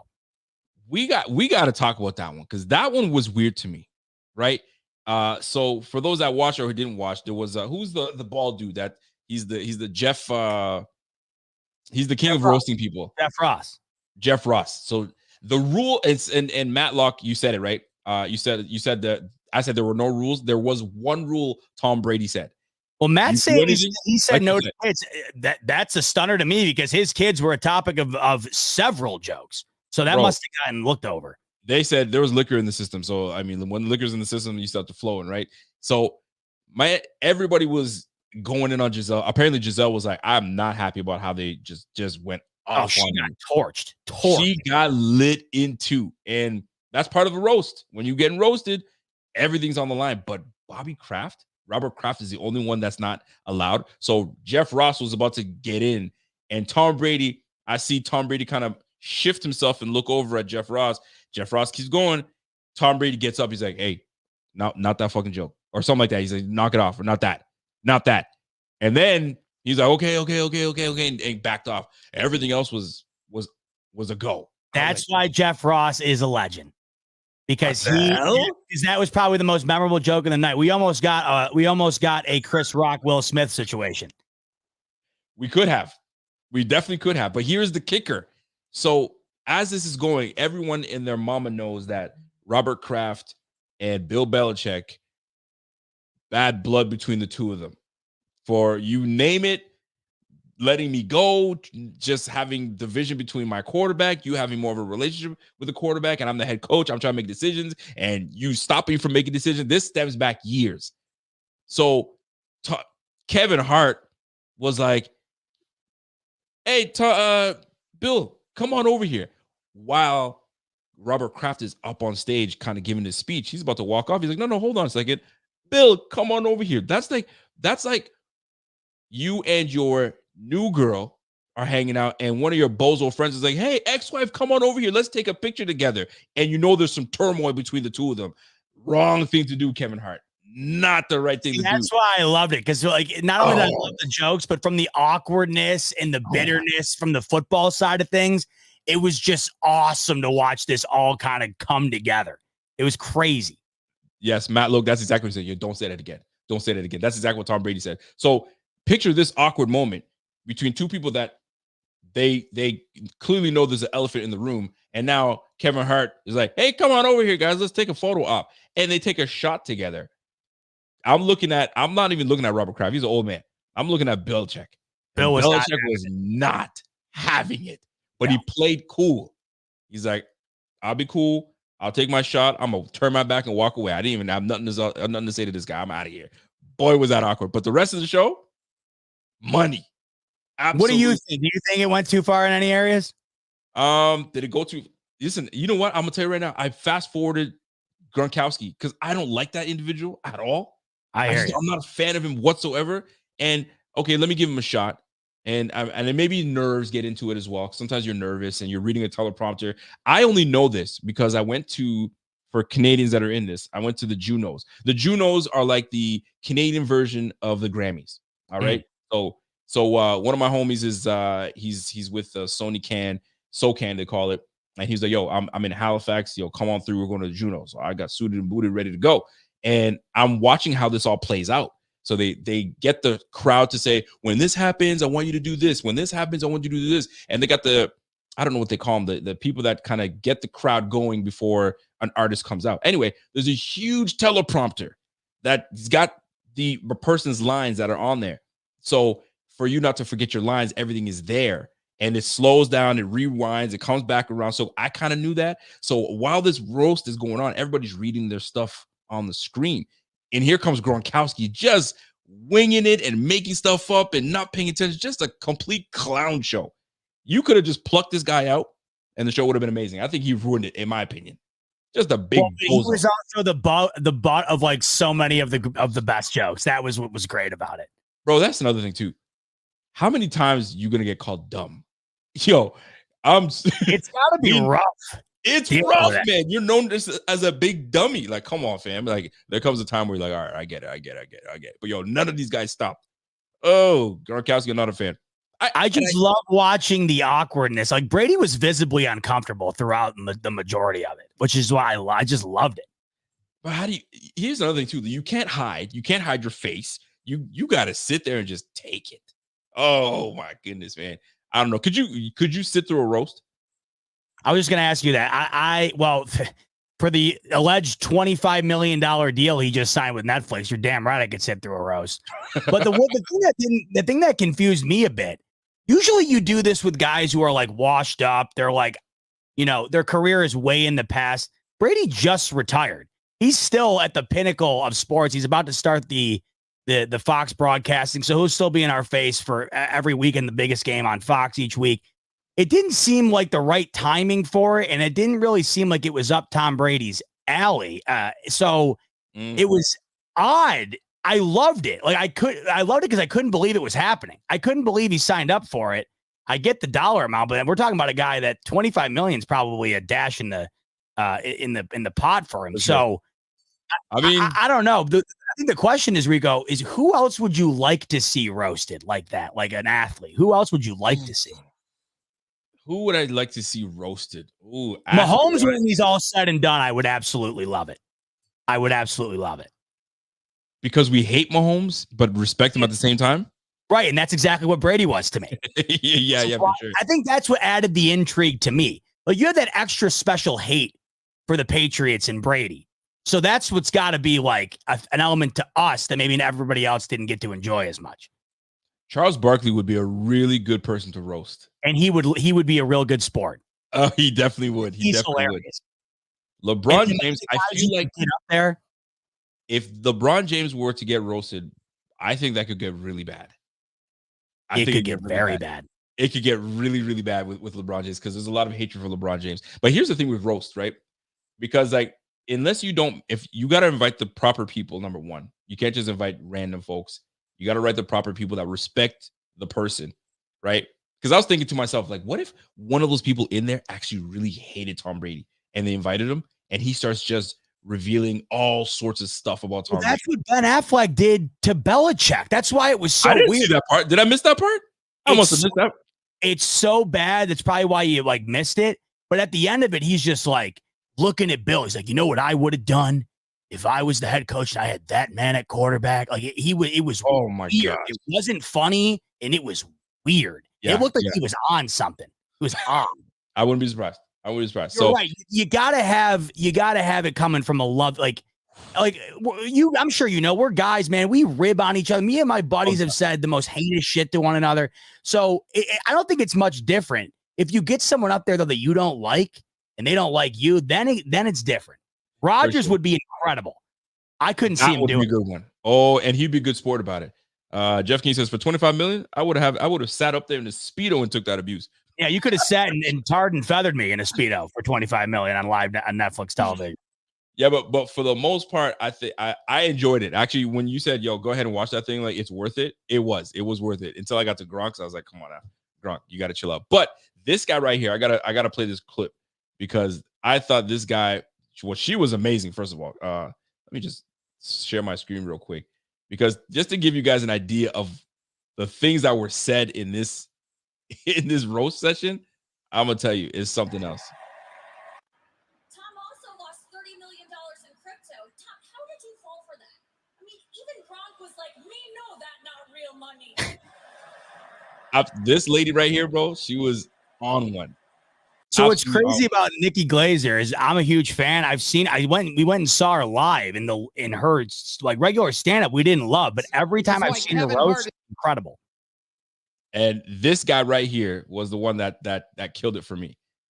Tom is afraid of the Giants, which is why Kevin Hart is hosting tonight.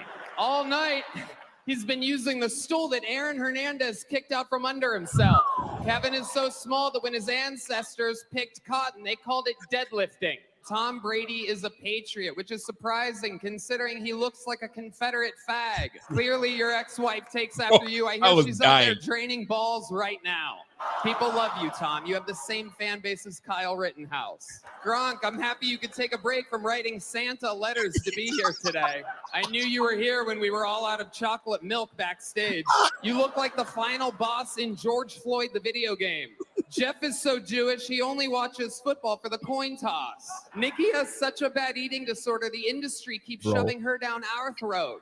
You might recognize her from her podcast appearances, specials, and winning the Triple Crown at Churchill Downs. You might recognize Kevin as the jockey that rode her. And that's Churchill Downs, the racetrack, not to be confused with what Jeff Ross looks like when he smokes a cigar. Sam J, an obese African-American lesbian. So by having here, Netflix checked off a lot of boxes. They did. Andrew Schultz, I'm glad you took a break from watching YouTube videos on how to dap up black dudes correctly. Schultz's mom is a professional ballroom dancer, which means she's a stripper that talks too much. Bert Kreischer is a king. He looks like if the Tiger King and the Liver King only ate Burger King and had a liver that looked like Martin Luther King got beat up by Rodney King. And how about the appearance from the great Ron Burgundy, huh? A whale's vagina, which reminds me, Kim Kardashian's here. She's had a lot of black men celebrate in her end zone. Kim, word of advice, close your legs. You have more public beef than Kendrick and Drake. Thank you, guys. Thank you. She got booed when she went up. She did all right, actually. She was actually pretty decent when I didn't really know why she was there. That I don't understand. Well, they're all from the Cali area, right? So they're all, I mean, you know, Hollywood. Yeah. They're all in that circle. But this guy was actually pretty legit. So the lesbian girl I wasn't sure about her though. The black lady, I was like, okay. I don't know who you are, but I didn't know who she was either. She got me a couple of times. She had a couple of good ones. She did. She had like that Boston angle that I was digging. That's right.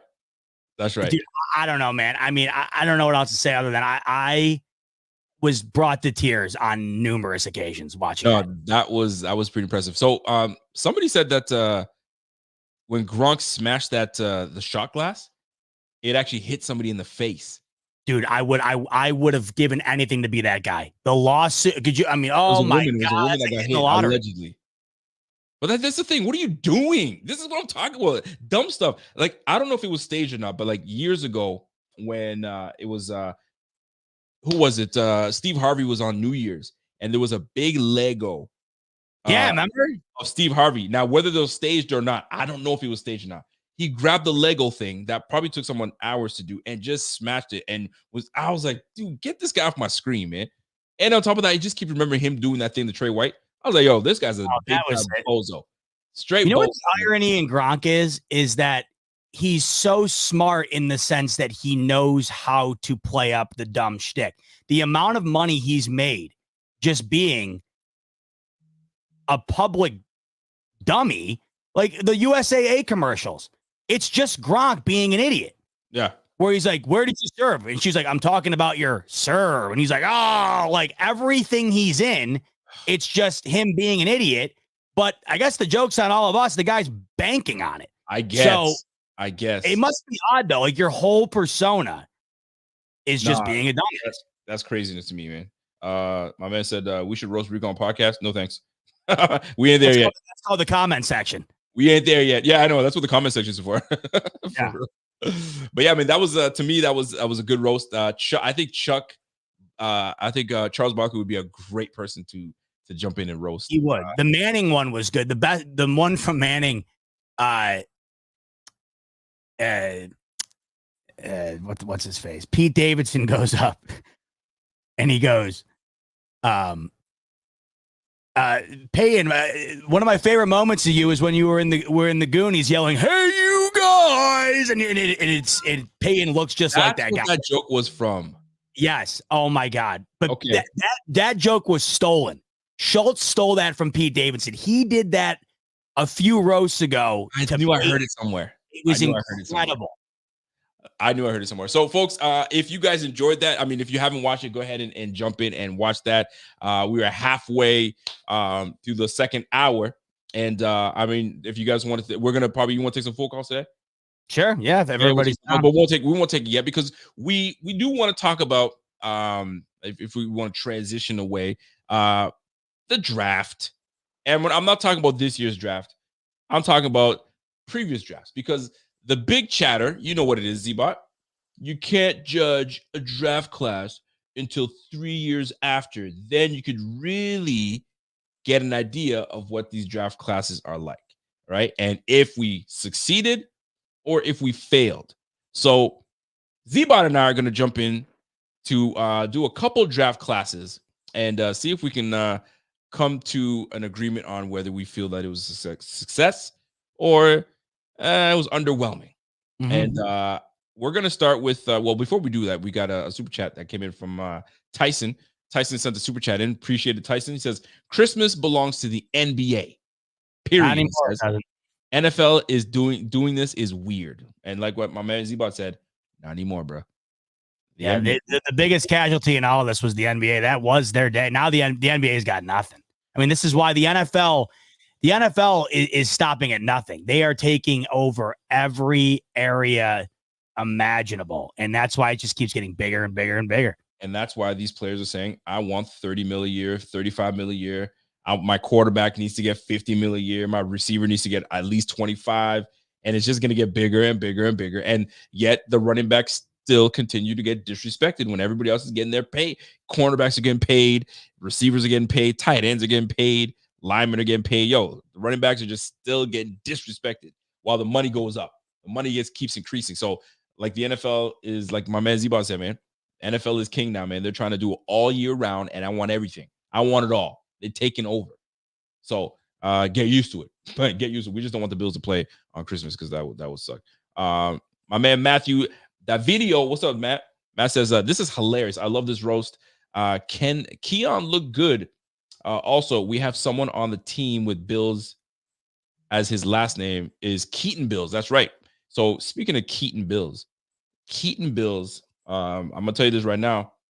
If you let Keaton Bills get some reps, he could definitely push to make this roster. I'm not saying he's gonna get in there in the starting lineup. Not at all. That's not what I'm saying. He could make this roster. That's how good he is. He was I think 2-time captain on the squad, and I think it was all. I don't know what division he played. Don't get me wrong. I don't have my notes with me about him, but good things from Keaton Bills. So keep an eye on Keaton Bills, and do not be shocked if he finds a way to squeak onto the roster, the 53-man roster, let alone obviously the practice squad. So Keaton Bills, what a name, right? And then the Bills draft. How cool is that? And he's wearing number 60, the inaugural year of the Buffalo Bills. I mean, what are the odds? It's freaking awesome. Yeah. These guys do things on purpose. I mean, even like signing Frank Gore Jr.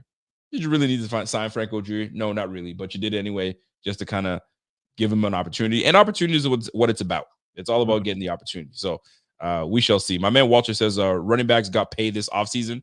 This was an anomaly for the running backs this offseason. It was definitely a change of pace compared to what Saquon Barkley is the only one that got really some money.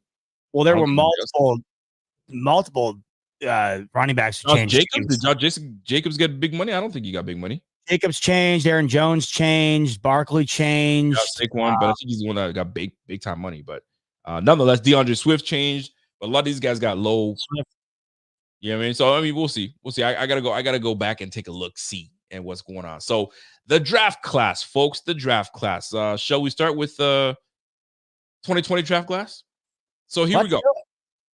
AJ, well, listen, this is the year that we traded for Stephon Diggs. So you'll notice that we didn't have a first-round pick because we gave that up for Stephon Diggs.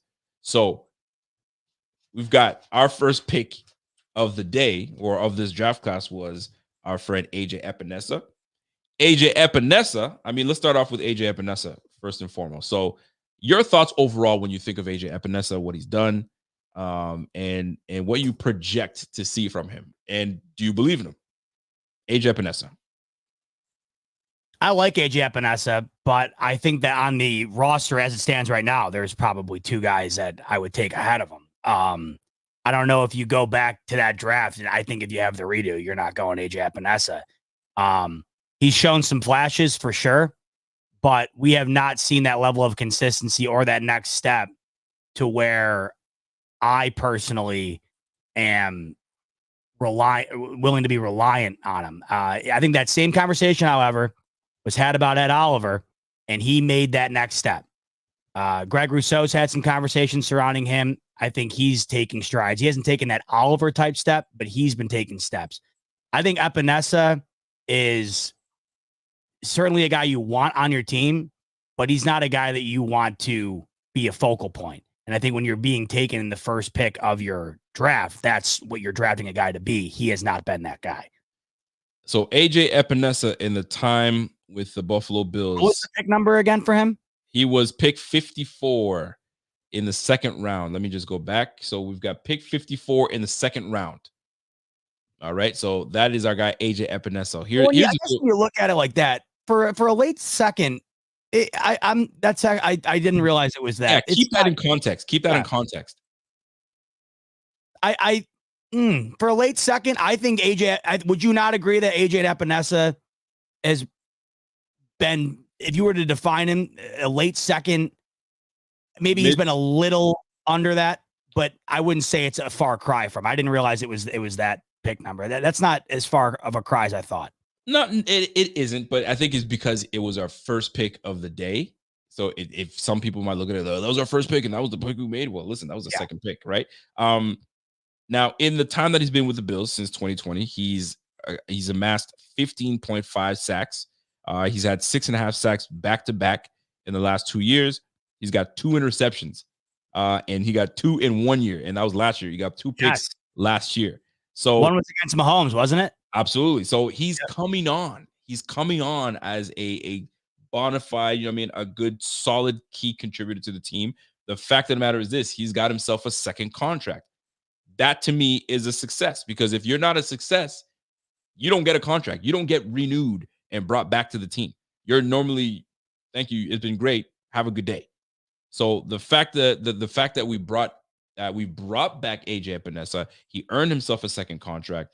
To me, I think that bodes as successful because he's still in the league.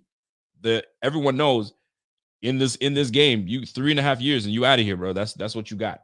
So right now with his re-signing, he signed for fully guaranteed. He'll receive $4 million signing bonus. The contract has 2 void years to spread out the signing bonus further, which means Epinesa's cap hit for 24 will be 3.96. He'll have $6 million cap hit in 2025. So very low end deal. But the fact of the matter is this: they brought him back anyway. So to me, I think his trajectory is on the way up. He's got 2 back-to-back 6.5 sacks. He's gonna get more playing time. So I think I think AJ Epinesa being on the squad is a success. So if you were to grade AJ Epinesa, I guess we could do it this way. I give this a C. Yeah, I would say B minus. B minus? Because I just think that for depth, he's about as good as you could probably get. But you knock it down because I don't think that's what you would want out of that pick. You don't want depth. You want starting talent, reliable talent. And I think Walter puts it well here. Role player. You could argue underwhelming for the second round. If it was first round, I would be with you in the C territory. But late second round for a guy that has certainly contributed, but not in a way that has been a cornerstone. Right. I would say role player is probably the best way to define him. I'd go B minus. I rock with that. I'm probably harsh on C. I think he's better than a C. I think I'll give him a C plus for what we're able to get from him in the last 2 years. So let's move on to the second player in that 2020 draft that we took, Zach Moss. Mr. Zach Moss. So here's the deal. Zach Moss did not pan out with us. Nope. Zach Moss is officially the lead back for the Cincinnati Bengals. He had a real good year with the Colts. Real good year. Listen, solid year with the Colts. And here's the deal with Zach Moss. With Zach Moss, I think Zach Moss was still slated to be a Bills running back. Had he panned out the way we anticipated, Zach, what the hell am I thinking? Zach Bengals. I'm thinking of Bengals. They didn't put the man's name for real. As I go and edit that, Zach Moss is one of those players where I think the Bills had high hopes for Zach, and Devin Singletary got in the freaking way. and Devin Singletary would just not let him live, not let him have a good time. So Zach Moss, let me give you the statistics on Zach Moss in his career, his young career thus far. Zach Moss thus far, and he's had success away from Buffalo, which is the killer part. Away from Buffalo, he's had success. So where was the problem? Was the problem him? Was the problem the Bills? Was it just not a good fit? 5'9", 205, solid back. And right now, you're looking at a back that, let me get my stats up here. You're looking at a back that's done quite well the last couple of years. And he's now scored himself as a lead back in Cincy. So here's what we're looking at for our guy, Mr. Zach Moss. So with the Bills, he had 3 years with the Bills. He had 481 yards his rookie year, 345 his second year, and then 91. And then obviously he nearly had that combined in Indy last year and more touchdowns in 1 year. He had 76 attempts for 365 yards because he got traded, right? He got moved over there. And then he bolted. He had a massive year with 794 yards in 2023. So that right there, he played 14 games, 183 attempts, 4 yards a carry, 5 rushing touchdowns. And it would have been nice. He had 6 runs for 20 yards or more. He had 4 of them for the Bills in his first year with us, but it just, for some reason, just didn't work out. So Zach Moss, has scored himself another contract. So to me, that's success. I think, but obviously he's not with the Bills, but he's still in the league. So Zach Moss has done well for himself. What would you have graded Zach? I mean, is it tough to grade someone that's not on the squad anymore, or the fact that we picked him, he's just not on the team anymore, but he's having success in the league anyway? What would you have graded Zach Moss? What do you grade Zach Moss, that pick? That's an F. Only 3 years with the Bills, not a full season played in any year. The utilization of him as well went down each of the 3 years, went from 112 to 96, then hurt in 2022, and then sent to Indianapolis. But you went down in production every year, never got a full season. And for a 3rd round pick, your 2nd pick of that draft, to leave after 3 years and never break 500 yards on the ground for you and diminish in return each year, I don't know how you can't look at it as anything but a failing grade. Damn. You give him an F? I mean, that's an F, man. 3 years, you never cracked 500 yards. They barely used them. And they just, for picking him as high as they did on their, you only have X amount of picks. They use their 2nd pick of the draft for a guy that's out the door halfway through his 3rd year. Yeah, I mean, I don't know how you can't fail that. You know what? I'm with you. And I guess I'm looking for, I guess the time with the Bills, I would say it was a fail. It wasn't great. You let Devin Singletary remain as the lead back over top of you, which then eventually got you traded. So they didn't see the value in you then.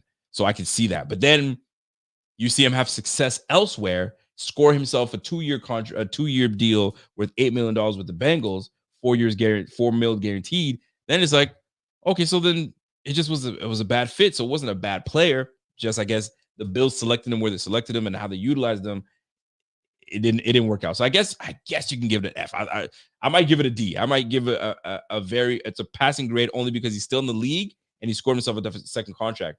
And I don't know, I'm gonna give him a D+, because he's still in the game and he got himself a 2nd contract and he's about to contribute. You saw how. No, from that perspective, I agree. If we're factoring in the Colts situation, then definitely. Yeah, I feel like you have to factor that in because they're still in the league and they're still great. Because it's still a good pick by Brandon Beane. It just didn't work out. It just didn't happen to be a player that you can sustain and leave on your squad. So you sticking with your F, or you're gonna move up to a D? I'm just looking at it simply from the Bills' perspective. So we're just looking at it from that aspect then? That's how I look at it. Because what are they doing for me? That's how I look at it. Got it. Let's roll. This is an interesting one. Gabriel Davis, round 4, pick 128. Isn't that interesting? Because we just had great picks. This draft class, actually, the way they picked kind of falls into we picked like 128, 167, 188. Very bang, bang, bang, bang, bang. Now, shit draft, man. Holy shit. So let's talk about it. Gabriel Davis. Let's go to my man Gabe. What you feel What are you saying about Gabe Davis? Let's start with you on your thoughts overall. What he's done with the Bills. I mean, I can rhyme off his statistics with the Bills and what he's done. And was it underwhelming?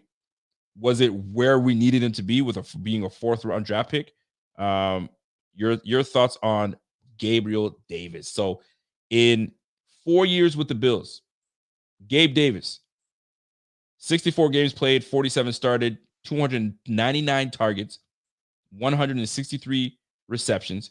He had 35 his rookie year, 35 his second year, 48 his third year, and 45 his fourth, which is wild to me because he had just 10 more receptions from his rookie year to his final year, but yet scored a massive contract.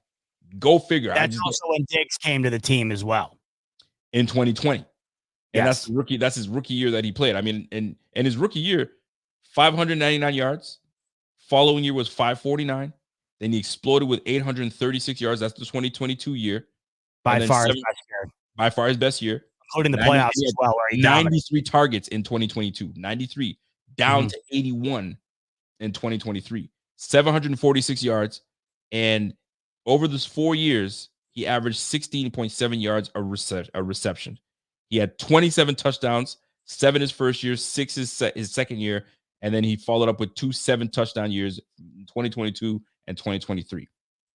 But yet, got himself a massive contract with the Cincinnati Bengals, with the Jacksonville Jaguars. Justified? And now let's look at it the perspective of the Bills making that draft pick in Gabe Davis. To me, obviously, he saw something in Gabe Davis. He fulfilled his 4 years with the team and got himself a second contract. To me, you picked great. That's an A pick. I'll grade that an A. That's for me. What are your thoughts on that? So for the Bills, getting your bona fide wide receiver 2 for the last 4 years, a guy who had 6+ touchdowns every year, had an extraordinary year in 2022, and was literally the defining piece against the Chiefs in the game that the Bills should have won and moved on to the AFC Championship. And in my humble opinion, the Super Bowl.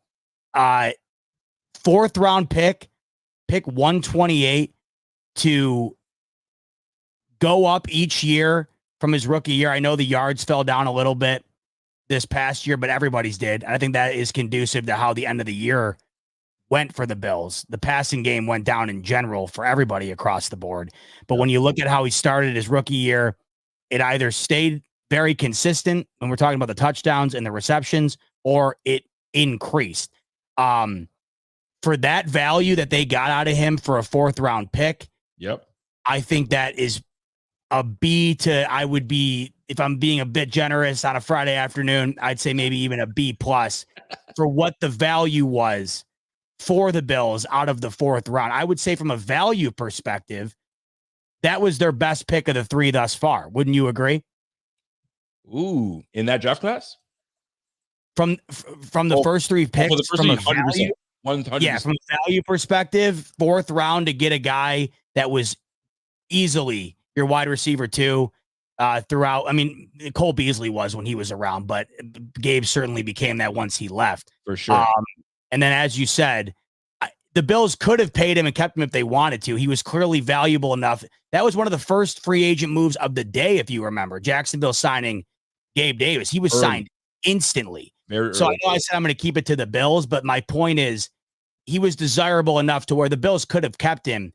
They didn't want to spend the money because, as you saw, the Bills didn't really want to spend the money on anybody, and they were willing to take money off the board just to get this revamp going. So I would say I'd lean closer to I'm going to probably stick, because B+ that's pretty damn solid.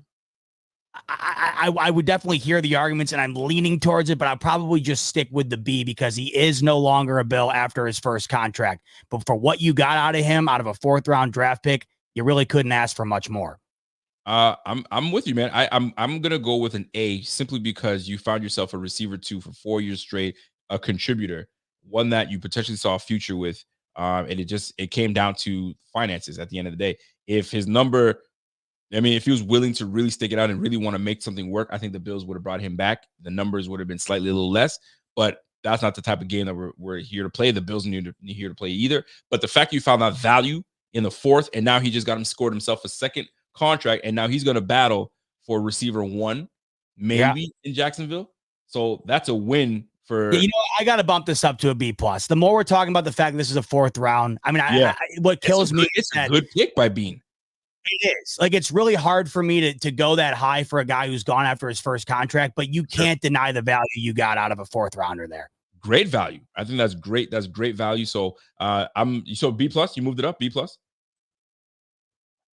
Just because I don't know from that positional group, could you ask for much more out of the 4th round? I don't know if you can. No, that's you got great production, dude. He gave you in the time that he was with in his career. Let me just go to his career numbers. I mean, if you look at everything he's done with the Bills, I don't know why it's not giving me the whole thing, but he was consistent, and he was easily one of Allen's top weapons for a 4th rounder. I mean, dude, 2,700 yards receiving. He's got 27 touchdowns, and he's getting 16 yards a pop. He was the deep threat. He was the deep threat for the Bills, and you had to. When it was working, Rico. That's the thing. I mean, I know it wasn't always there, but when it was working, it was beautiful. It was working. So we'll say B+. I think I'll stick with the B+ because I gave him an A, but I can come down to a B+. An A would be rare to me, but when we're factoring in, I'll factor in the value. That's a B+ to me. Okay. I like that. B+, I can work with that. Let's go to the next pick. We had pick 4, round 4, 128. Then we went to Jake Fromm. Move on. First of all, where is Jake Fromm right now? He went to the Rams, and then he's out of the league now. Is he out of the league? He had some mental health issues, I believe, which is unfortunate for him. But that's a big time F. Wow, Jake Fromm's out of the league already? I believe he was with the Rams. He was with the Washington Commanders. Did he just sign with them then? Because he left the Rams mid-season last year. So right now they have him with the Commanders as a depth, and I'm going to make sure of it that I'm reading this correctly. But as of right now, that's what I see. He's active. He's an active player, and he is with the Commanders as a depth piece for the Commanders. So it's not the Rams. It was the Giants. Excuse me. It wasn't the Rams. Yeah, he was with the Giants. They took a flyer on him, and now he's with the Commanders. So to me, F, because we ended up didn't we trade him? We moved on from him. It was not. Yeah, I thought it was the Rams for some reason, but it was the Giants. And then I'm almost positive he left in the middle of the year last year. Well, it doesn't have any statistics for him whatsoever. So I guess I have to do a little bit more. Let me just look at the full roster. So right now, is he? Yeah, he's on the roster, man. He's on the roster. So it's Jaden Daniels, Jeff Driscoll, Jake Fromm, and Sam Hartman, along with Marcus Mariota.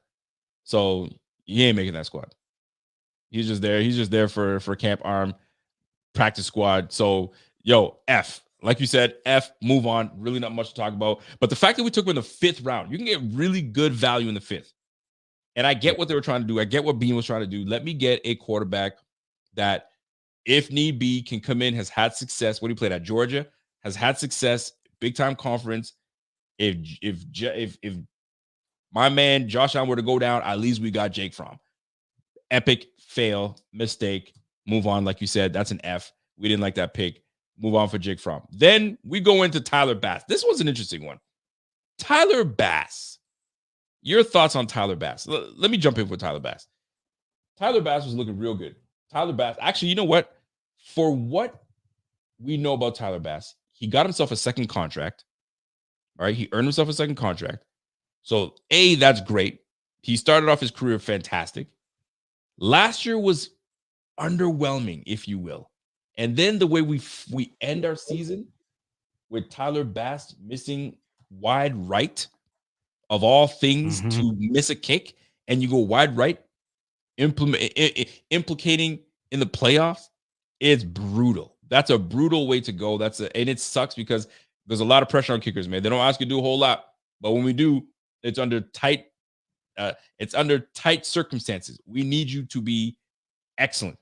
So in his career with the Bills, he is 107 and 126 his field goal. He's at an 84.9% percentage.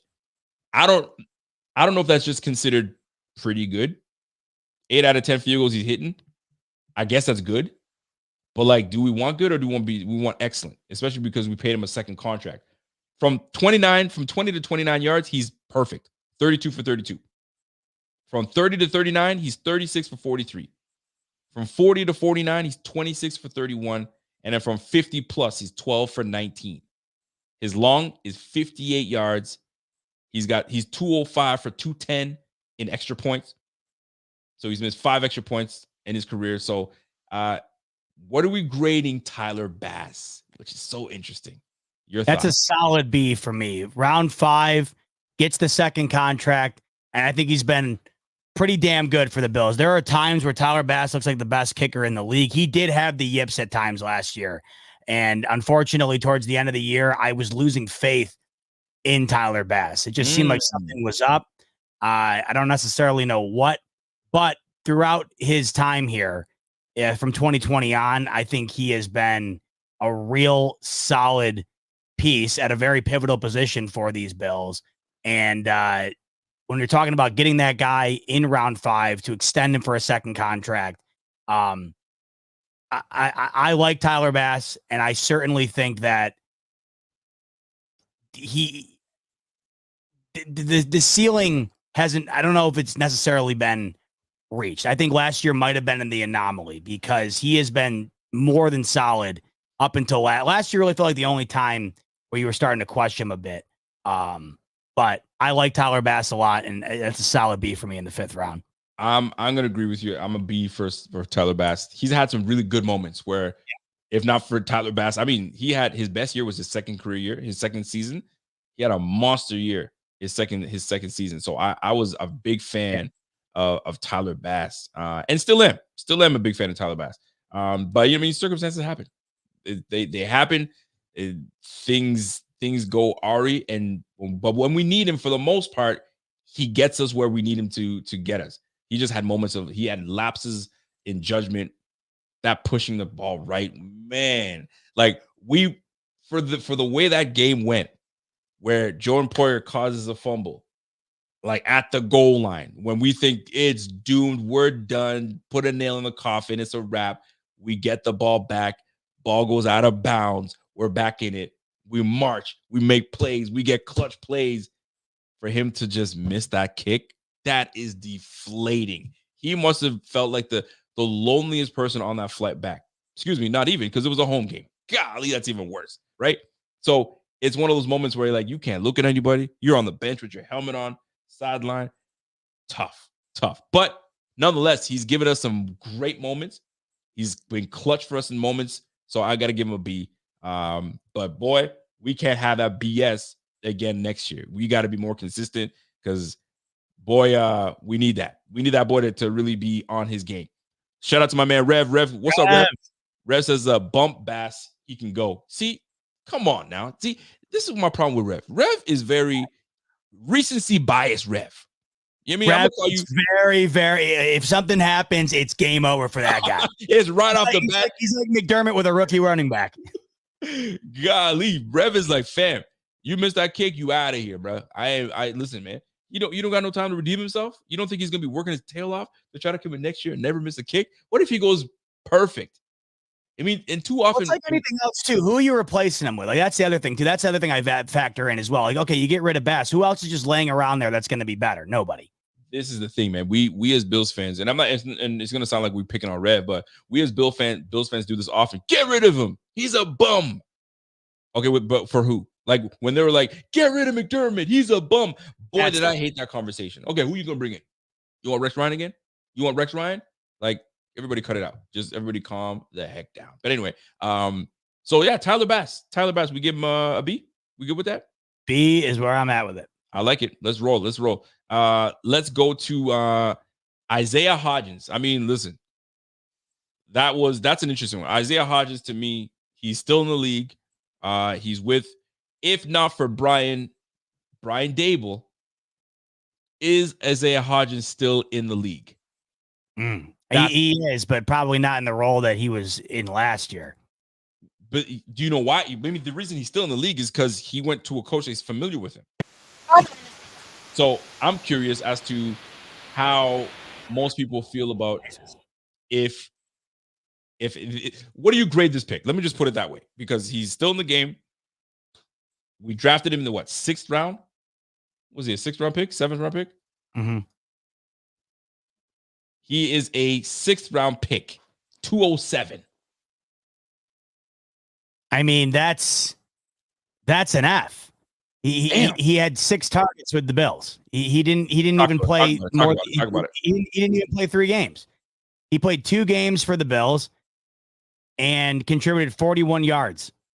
I mean, I know it's 6th round. You're kind of grasping at straws, hoping you can get something out of it. I mean, for the Bills, it's an F. If you're looking at it for the Giants, he contributed for sure. 351 yards in 22, 230 in 2023, and he had a handful of touchdowns in each year. For the Giants, I would say that's easily a C+, but for the Bills, that's a big fat F for sure. If we're sticking for the Bills, because I'm looking at it both factors too, because I know you're looking for the Bills. I'm looking at, okay, so he may not be on the Bills, because often, how many times do we get rid of a player and they flourish elsewhere? The one player that stands in my mind that I really wanted us to keep and we didn't, and he still had several years of playing ball at a high level, was London Fletcher.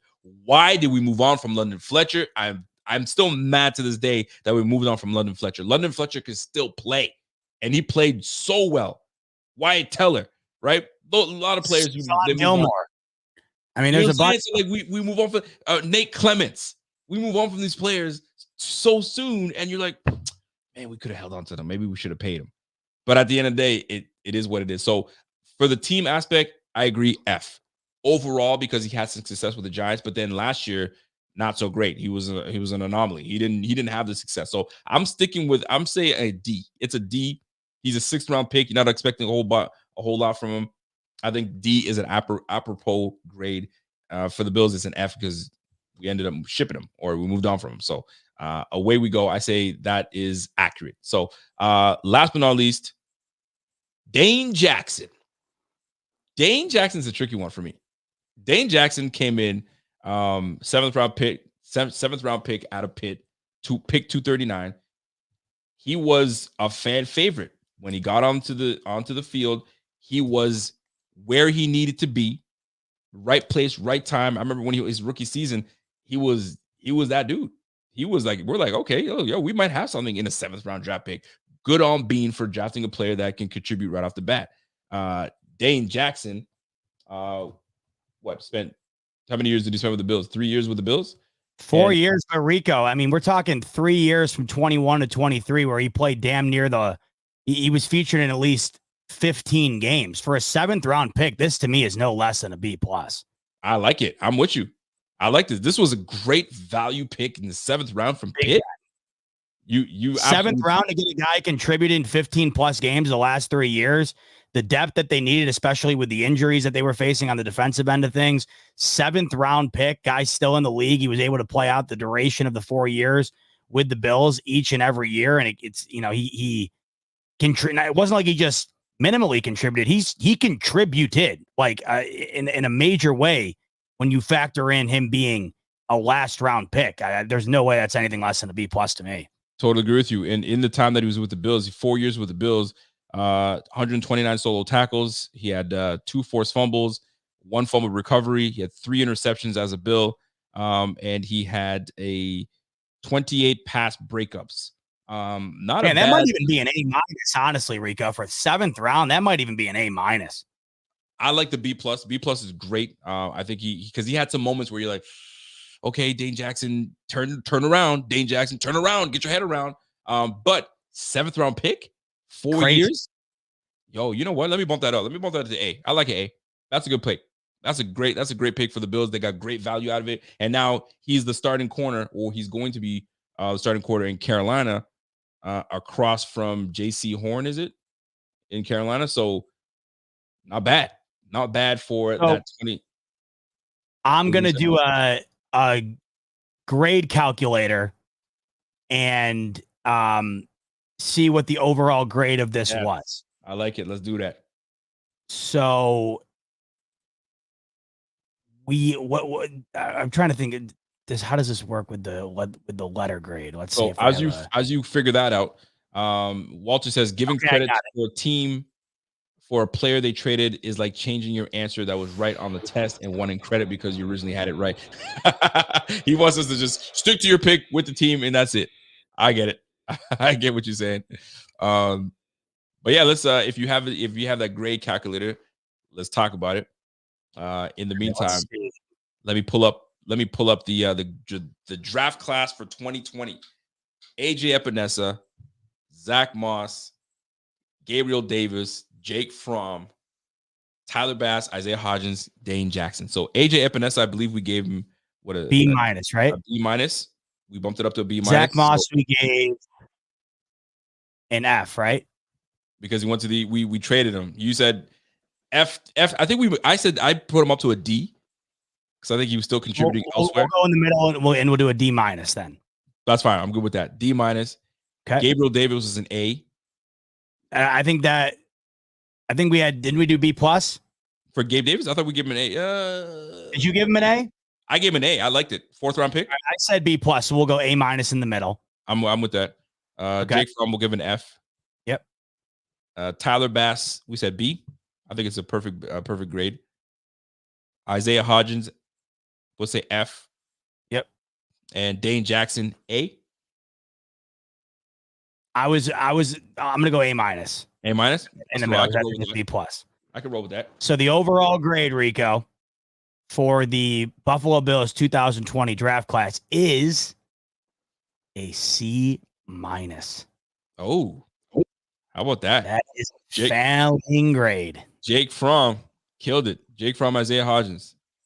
They didn't pan out for us. So hopefully the next draft class can kind of salvage what Brandon Beane has done. So 2020 draft class, C minus. All right, let's roll. Next up, the 2021 draft class. Let's roll. First, this one's an interesting one, man. All right, first on the list, Greg Rousseau. Gregory Rousseau drafted with the 30th pick in the first round. What say you on Greg Rousseau? Greg Rousseau is going into his final year of his rookie deal, I believe. I think we picked up his 5th-year option, actually. Yes. We just picked up his 5th-year option. It's going to pay him about $15 million a year. Let's take a look at what he's done statistically for the Buffalo Bills, Mr. Rousseau himself. Rousseau is a tricky one for me because he does everything solid, but nothing elite. Where you can say, get this guy on the field because we need him, because he's a difference maker. He's an impact player, and he just hasn't been. No fault to his own. We're a rotational team. We rotate our players. But in the 3 years that he's been with the Bills, he's got 17 sacks, 4 sacks his first year, 8 sacks his second year, and 5 sacks last year. He's got 3 forced fumbles, 1 in each year he's been with the Bills. He's got 99 solo tackles. Excuse me. He's got a total of 129, but 99 solo. He's got 1 fumble recovery. He's got 1 interception. And he's got tackle for loss, 25.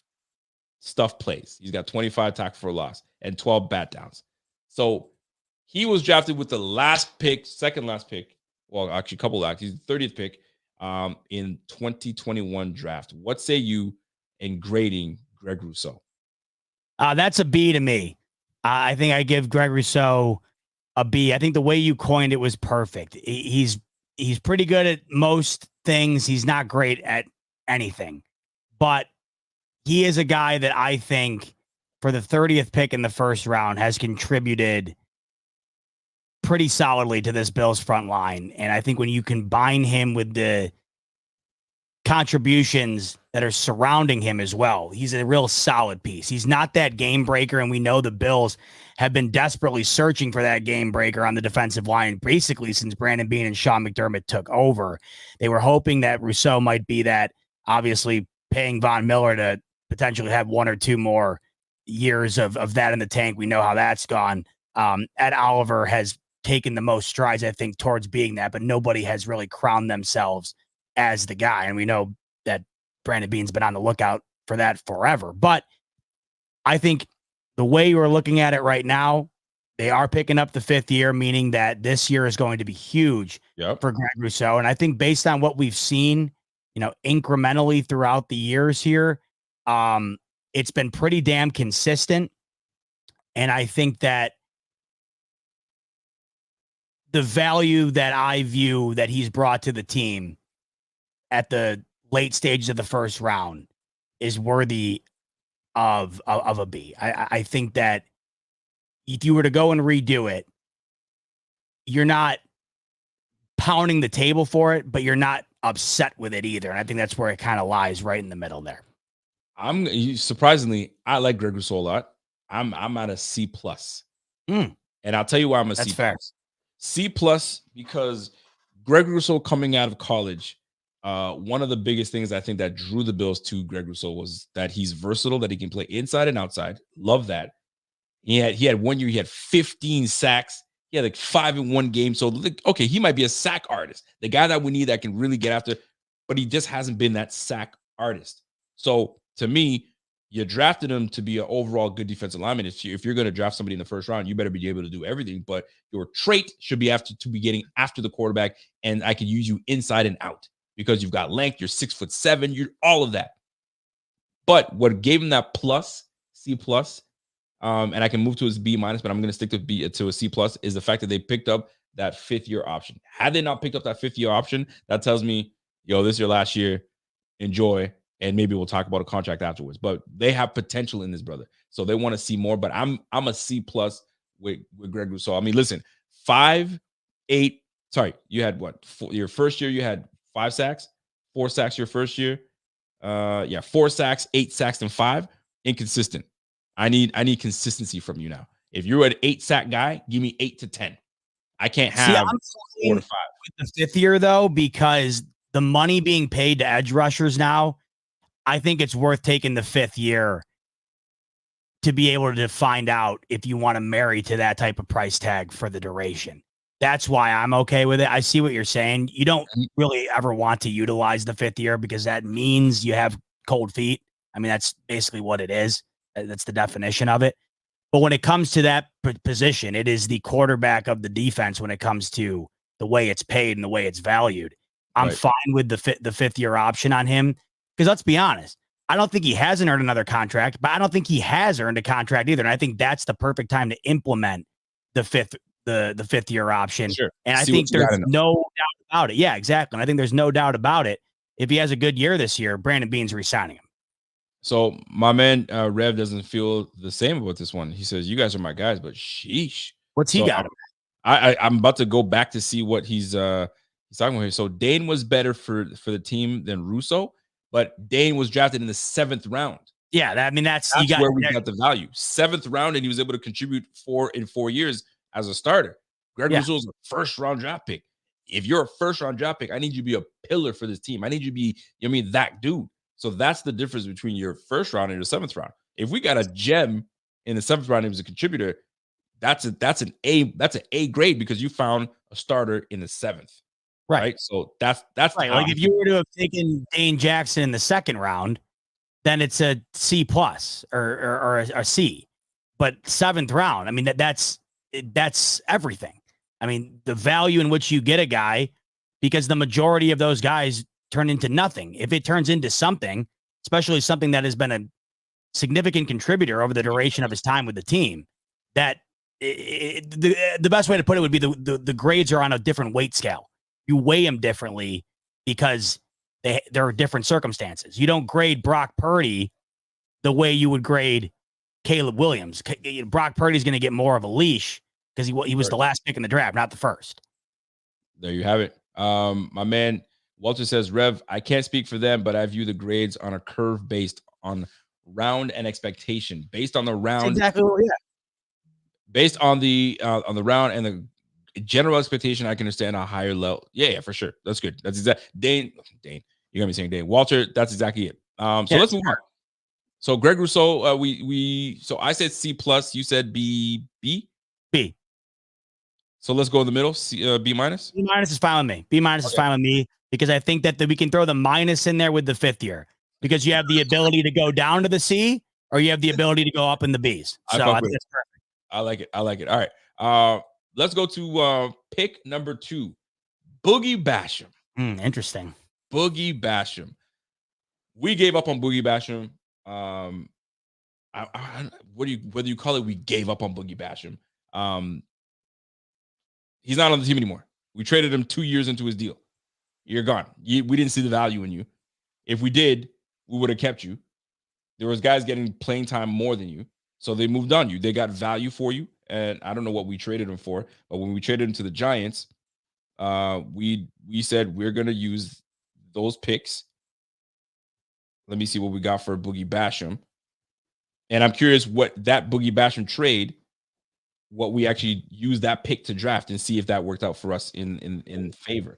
So when we moved on from Boogie Basham, we traded him to the Giants. So the Giants received Boogie Basham in 25 7th round draft choice from Buffalo in exchange for 2025 6th round. So next year, we're about to reap the benefits to see what we're going to get for that Boogie Basham trade. 2025 6th round pick. So we have to wait and see. So for me, right off the bat, I didn't like the pick to begin with. When we went back-to-back linemen, to me, maybe harsh, call me harsh, that's an F. We failed. Yeah, That's a failure. I'm in agreement with you. I mean, you take a guy in the 2nd round and you're gone after 2 years. F, move on. How is it not foul? Yeah. Hold on. What is my wife saying? This is how she likes to get to me. She's my mom and dad are coming up for the weekend. Okay, she's chatting with everybody else. All right, cool. Boogie Basham, man. Yeah, Boogie Basham's an F for me, man. It's a wrap. I don't think there's nothing much to talk about unless you want to elaborate more. No, it's just too high of a draft pick for what you got. I mean, 2 years out of the guy's 2nd round, no way. Here's what I'm curious about. I want to see where he's at right now.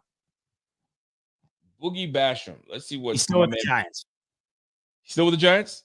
Yeah. And what did he do last year for this Giants? I'm curious. 13 games, only 5 tackles and 0 sacks. So Bro, F.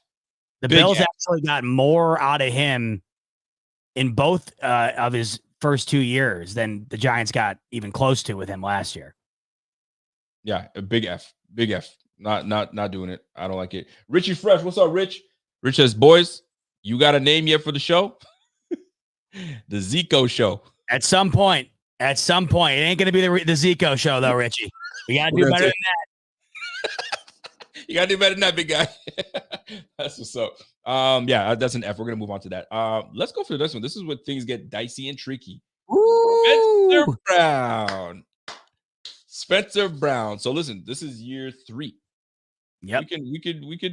We're allowed to judge this. 3 years in the books now. So we can judge this. Spencer Brown. Your thoughts on Spencer Brown grading? So he was a guy. Don't even grade it, just talk about it. What are your thoughts on Spencer Brown? He came into it raw, 6'8". Where did he come? North Dakota State? Where did he come from? Oh God, yeah, I think that might be right. I totally just made that up. Let me see. I know it's out there. It's out there somewhere. Northern Iowa. How far is Iowa from Dakota? Are they close? Dakota is all the way up north.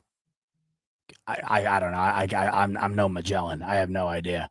I'm no Magellan. I couldn't tell you. But so Spencer Brown, 3rd round draft pick, and a guy that we were really hoping to see that next step from last year. And that's exactly what we wound up getting from Spencer Brown. I think Spencer Brown was one of the more shocking developments of the season last year. He really evolved into one of those reliable front men for Josh Allen a season ago, maybe in a way that nobody thought was going to happen.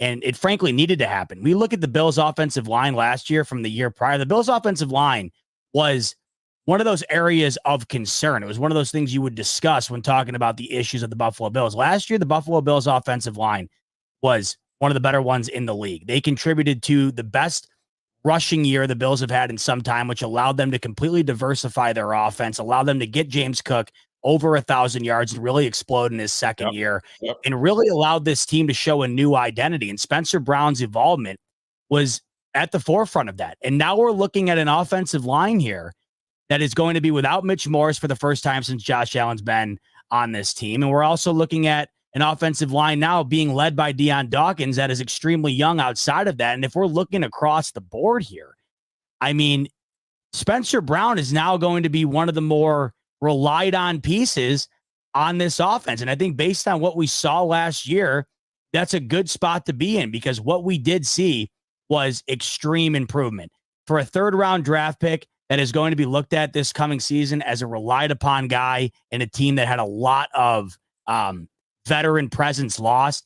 I think we look back on this right now, and it's Mike's got it solid right there. I think B+ is a great way to put that. Last year really shifted the grade. You could have gone down or up on that, but I think with the future in mind and what we saw last year, 3rd-round pick too as well, B+ is cool with me. I mean, I think you can maybe even go down to a B just based on the fact that you might want to see that again before you give it as high of a grade as that is. But man, last year I really did love what I saw, and I think going forward, it's a promising notion based on the veteran presence lost and knowing that, you know, the way that this Bills team looks like they're going to be operating, Rico, that offensive line is going to have to stay stout. And if Spencer Brown keeps it up, they're going to be in good hands. So, you know, the more I'm thinking about it, though, B+ is we had a weak year with injuries, and then we had a real solid year. I'm going to go back. I'm going to go for a B, because I think that we get a year of real improvement, but in order to really solidify that at a B+, you got to see it on a consistent basis. So I think you can get to that this year. Hi, Jenna. But I don't know. B to me sounds like it's solid. What up? What are you getting all dialed up for? Friday night? Little Friday. I don't know where the fuck she thinks she's going. On the Vaseline hitting the town. She's putting on the Vaseline hitting the town, Rico. I don't know where the fuck she thinks she's going. Got a little lip balm going? No. Get upstairs now. Good one. Anyways. What do you think, Spencer Brown, Jenna? What's the grade? What's the grade for Spencer Brown? He wants to know what you're grading Spencer Brown. A, B, C, D, E, F. G. I don't know. Somebody wanted to give Boogie Basham a G, so you're not far. Oh, what is Stan? Somebody wanted. By the way, Hill Slayer thinks we should name the show Diversity. Diversity. Oh, that's actually not bad. No Afternoon Delight. Oh, you know what? Jenna says we should name the show Afternoon Delight. How hilarious would that be? And we could cover the song too. That's what I said. I could sing it with my beautiful voice. Yes, or that. Also works. We need a grade. And I need an explanation as to what you're going to grade Spencer Brown. I'm going to wait. No, you're going to grade him now. Give him a grade. Why not? Give him a grade. C. Okay, but why? Because I don't know. All right. She's pretty fair if you don't know. Everybody knows that. All right. Anyways. I appreciate it. Can't wait to see you. Can't wait to see your wedding. Oh my gosh, I can't wait. What are we? Right, we're in the middle of a pod and you're having a conversation. I heard, by the way, that's your birthday week as well. I heard. He says, I heard that's your birthday week. I'm turning 40. It's a big one. It's your birthday week. My dad's birthday is the day of our wedding. So it's a massive celebration the whole week. We're going to be going nuts. Well, there you have it. There you have it. I can't. And she's not drinking anymore, so she's not going to be drinking. Why? Oh, no. I see. Just give me a fair warning is what you're saying. Jenna, it's not Shop Open Bar and it's your birthday, so we're gonna be drinking. We're gonna be freaking drinking. Yeah, but I'll keep myself together. She's gonna try to take over the whole wedding. She's gonna ruin your wedding, and then I'll tell you this right now: you can get the drunkest you've ever been in your life. You will still be probably 50th in line at the drunkest person there. So, attaboy. Yeah. All right, we gotta get back to Spencer Brown talk. Get going, lady. What are you doing all dialed up? You know where she Vaseline. It's game on. I don't know where she was. She said she went to work, but I don't know if she went to work. Where were you working? Get out of here. So, Spencer Brown, for me, this is what's tricky about Spencer Brown. If you look at what we've done, and this is why my man Walter was like, "Oh, this is a tricky one." B is a good solid grade for Spencer because he's been up and down. But then the down was because he had a back injury, and Brandon Bean was like, "You have to factor that in, though. You have to. You have to." And Brandon Bean said it to us. Hey, don't forget, he's dealing with back issues and so on and so forth. But back issues, if you've ever had back issues, those things can flare up again. Maybe it happens again. So you have to protect yourself. And that's what they did. If you go back to look what we did in the draft, we brought in a whole whack of big time linemen. Lyle Collins being one of them, obviously in free agency, whether they play him as a tackle or guard, whatever. And then we brought in Tyler Guyton. That is Guyton. No, that's not Guyton. Who the hell did we bring in? We have brought so many guys into the draft, but we brought linemen to participate and get things going. So we've got to make a decision on Spencer Brown. Is he going to score a huge contract, or did we bring all these guys in, especially the international player as well, so we can move on from this brother sometime soon? So, but that doesn't negate what he's done thus far. So I think, to me, a fair grade is a B. But to your point, though, that you know who's really out on him is the thigh doc. The injuries are massive to him. He doesn't see longevity in Spencer Brown's future. So that's why I was leaning B+, but based on last year, but I have to lower it just because I need to see it again. Because when you factor in those injuries and the boomer bust that we've seen thus far, you have to have a little bit of trepidation there. But I think for the third round, the way he solidified this line last year, I'm fine with a B. Okay, we'll go B. I like B. And you know what? Maybe he comes in and has an even bigger year this year, and now we solidify him, and he's our bookend right tackle, and we keep it rolling. And I think that I think this team likes them that much. So that being said, Spencer Brown. Oh, wrong draft class. Spencer Brown, we give a B. Let's move on to Tommy Doyle. Oof. I mean, do we have to spend much time on Tommy Doyle? Nope. I didn't think so either. I mean, poor guy got hurt. Not his fault. Things happen. It's just what it is. I'll let you start with the grade. What you got? Well, I'll say I interviewed him. A really nice, fun guy. Really, really cool dude. Oh, you did? Yeah. He's a real fun hang. Like, he's a really cool dude. So unfortunate that he only played 2 years in this league. I mean, isn't he out of the league? I don't think he's on the squad right now. I think he's So unfortunately, he only played one game in 2022, and now he's out of the league. I mean, what happened? I don't even know what the hell happened. Listen, brother, I don't think anybody knows. Yeah, I mean, he's not still on our roster. I don't think he's still on our roster right now. So he's not. So that's unfortunately an F. So yeah, we go to F. Let's move on. I mean, there's not much to talk about with Brother Doyle. Let's move on to Marquez Stevenson. Ooh. F right off the bat. Good God. I'm not even listen, man. I'll be honest with you, brother. I don't even know who that is. Well, here's the thing. Receiver out of Houston. They nicknamed him Speedy because he was known to be a guy that can kick return, and he was nasty. And he had a couple kick return touchdowns for us in preseason. But then he got hurt. He had a leg injury that just it sidelined him for the year and never returned the same. And now he's playing in the USFL or some bullshit. So to me, fail. F. I don't know what else to tell you, unless we're being too harsh. Chat, talk to us right now. Marquez Stevenson. Yeah, I don't even know. I completely forgot about the guy. How that's not enough, I don't know. Marquez Stevenson. This thing, you didn't really see him. You saw him for offseason. That was it. You never really got a chance. He was like the Marcus Easley, right? And that's a name I haven't said in a long time. Marcus Easley. But Marcus Easley actually got a chance to play with us, but just never really made it. We could not get anywhere with him because he got F. So if a draft pick is utilized on you and you do not contribute at all, it has to be an F. Yeah. How else did you grade it? Well, what else are you even grading it on? You know what I mean? Nothing. He didn't contribute. He did barely a damn thing. He was a star. This draft, by the way, let's just look at it. This was pure piss. Listen, it doesn't get any better. Listen, let's get to DeMar Hamlin. Next, DeMar Hamlin.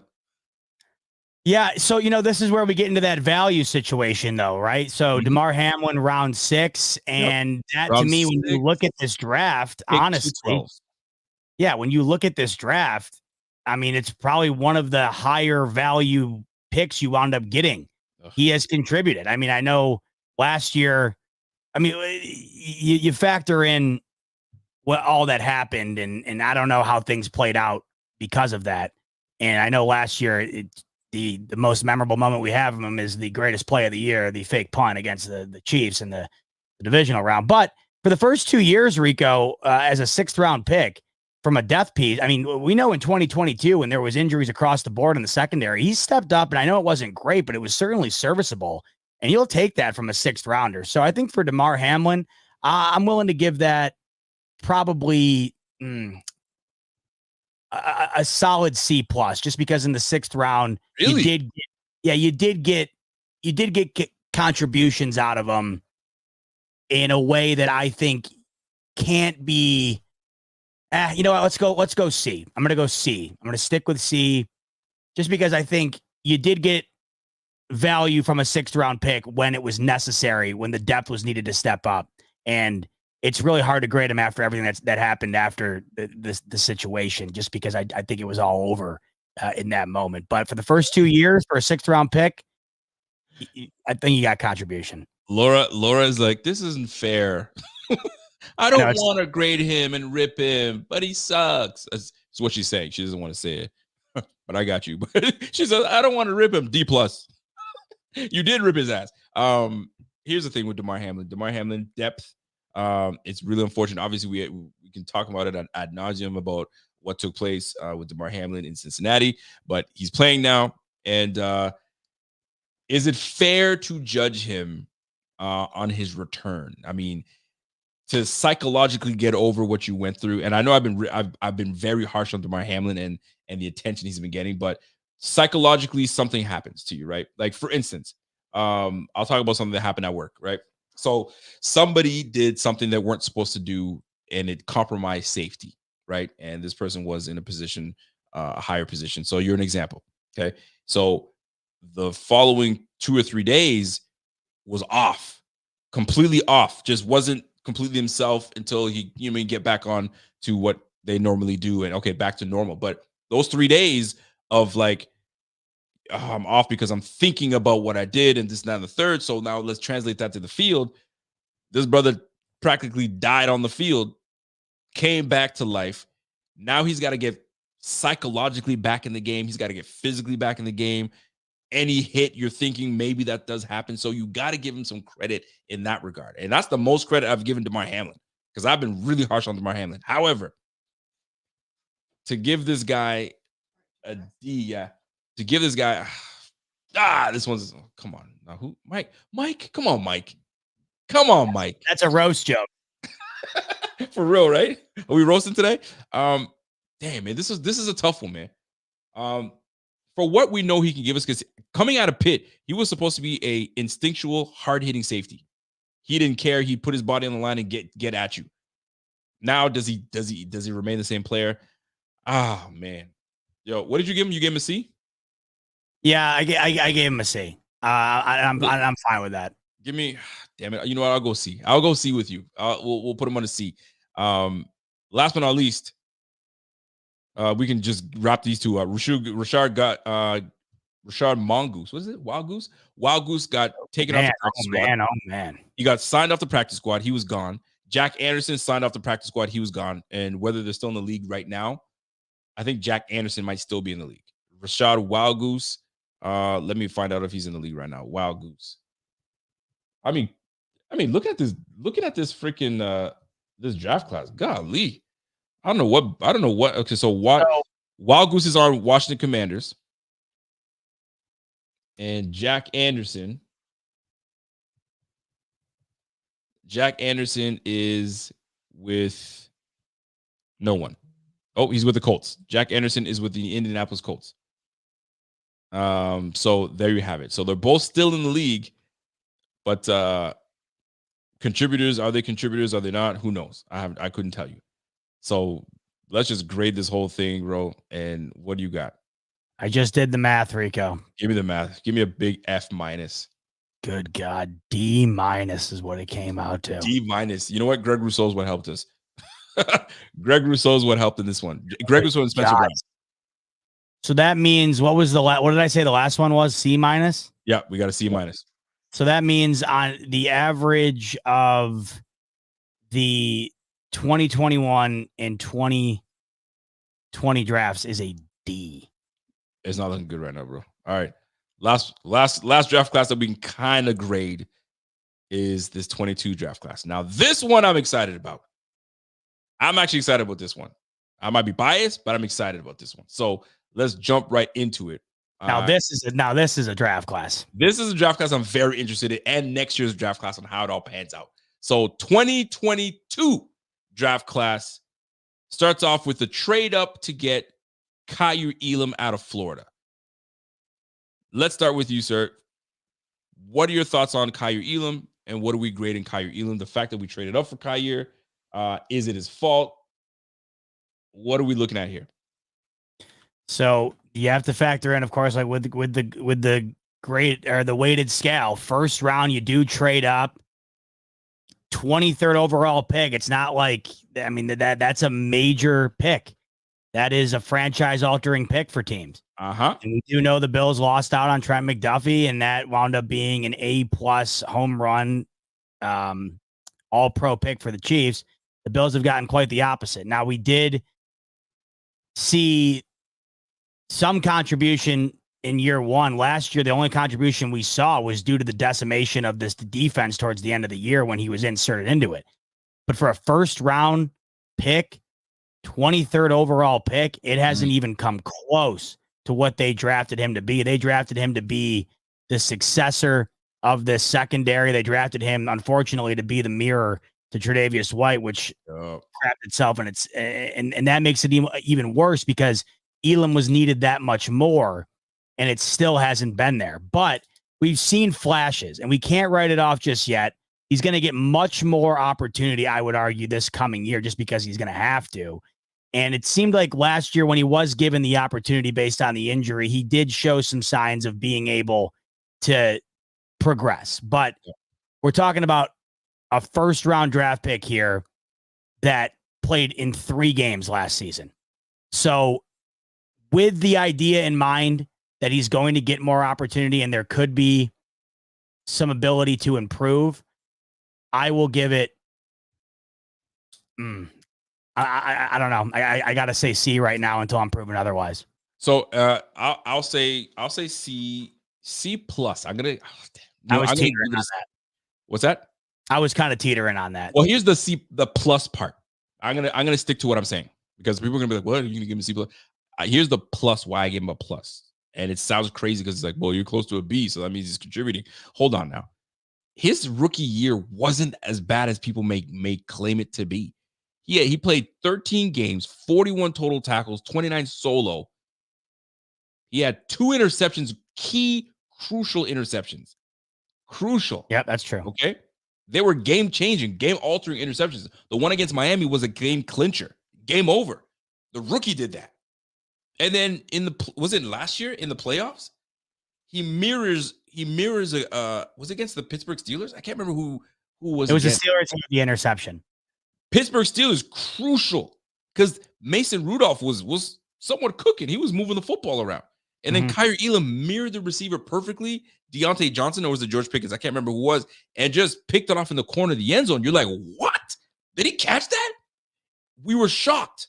So the potential is there. That's why I give the plus. The plus is for the potential. The plus for the potential. I know people are like, oh, nah, bro, he's a D. He's a D all day. But I that's why I figured C, between C, some might say C minus and bump him up to a C or C to C plus. I'm giving the plus because he's got potential, and I think that he could really come in and really establish himself. But the problem now is you got to go against Christian Benford. You got Russell Douglas that you got to deal with. So that in itself, I think those probably going to be your 2 starters. So now you're relegated to the 3rd corner. Where do you get your opportunity? You got the nickel corner. It's Ron Johnson. So you ain't playing nickel.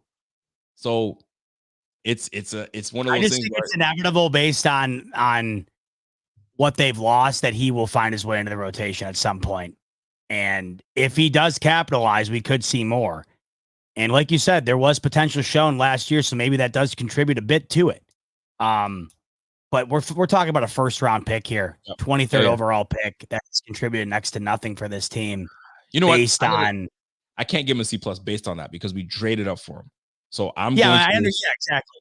I gotta revisit that alone makes me put him as C-. I'm not giving him a D. C- for me. I went from C+ because of the potential. Why don't we should just settle at the C then? We should just settle at the C and it can shift up or down. Done. C. Let's do that. So Kyrie Elam, C. Next up on the list. Here we go. I got the wrong. I'm in the wrong. Hold on. Let me get here. There we go. James Cook. Let me start with James Cook. James Cook. I wasn't too thrilled about James Cook coming into the draft because I had my mind set on another receiver. I own it. That's what it is. But James Cook, the reason I was a little peeved about picking up James Cook because he wasn't your prototypical back that can go inside, outside, and do everything that you want your bell cow back to do. I'm of the mindset that you need a bell cow back, but that's not the NFL anymore. And I had to get my mind, wrapped around that point, right? So that being said, what he's been able to do in his career thus far, let me just pull up his stuff here, unless you already have it up. I got it up. Okay, you got it up. So what has he been? What's he done so far? So 2 years he's been with us. 1,122 yards last year. That's the first Bills running back to go over 1,000 since LaShawn McCoy, and LaShawn McCoy was the first since CJ Spiller in 2012. So over a decade, the Bills have only had 2 running backs eclipse 1,000 yards. And James Cook does it in his second year. Now, he only had 2 touchdowns a season ago, but you have to factor in the fact that Josh Allen takes the majority of those rushing touchdowns down near the red zone. It's not necessarily his game.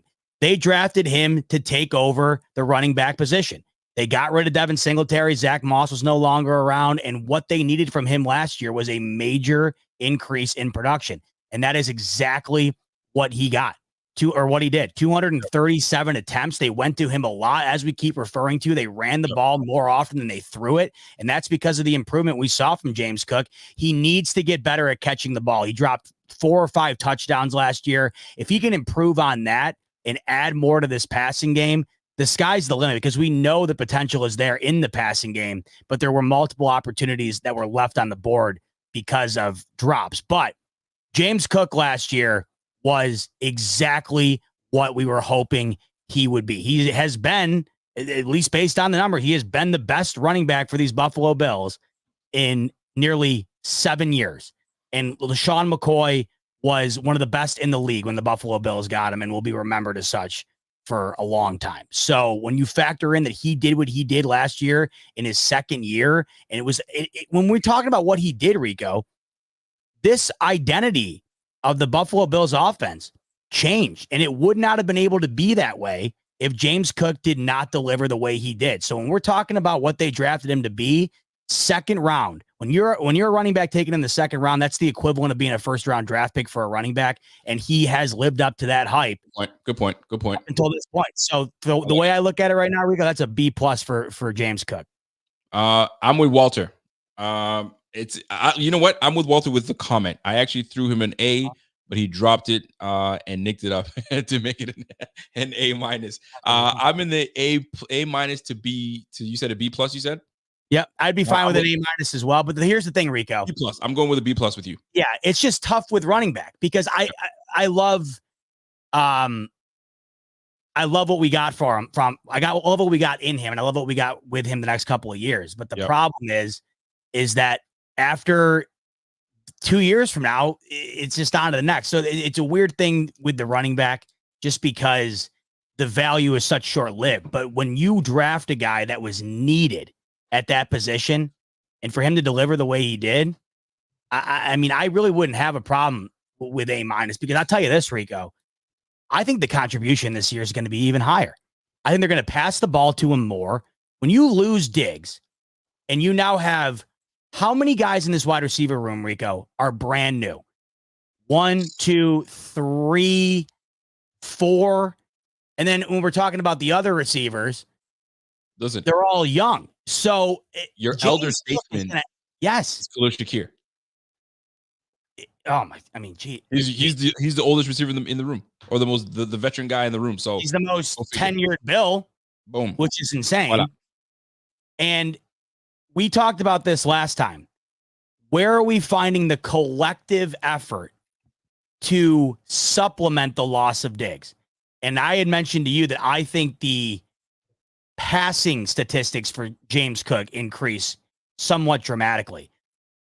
I think that based on what he's going to be during this sort of rollover period for the Bills,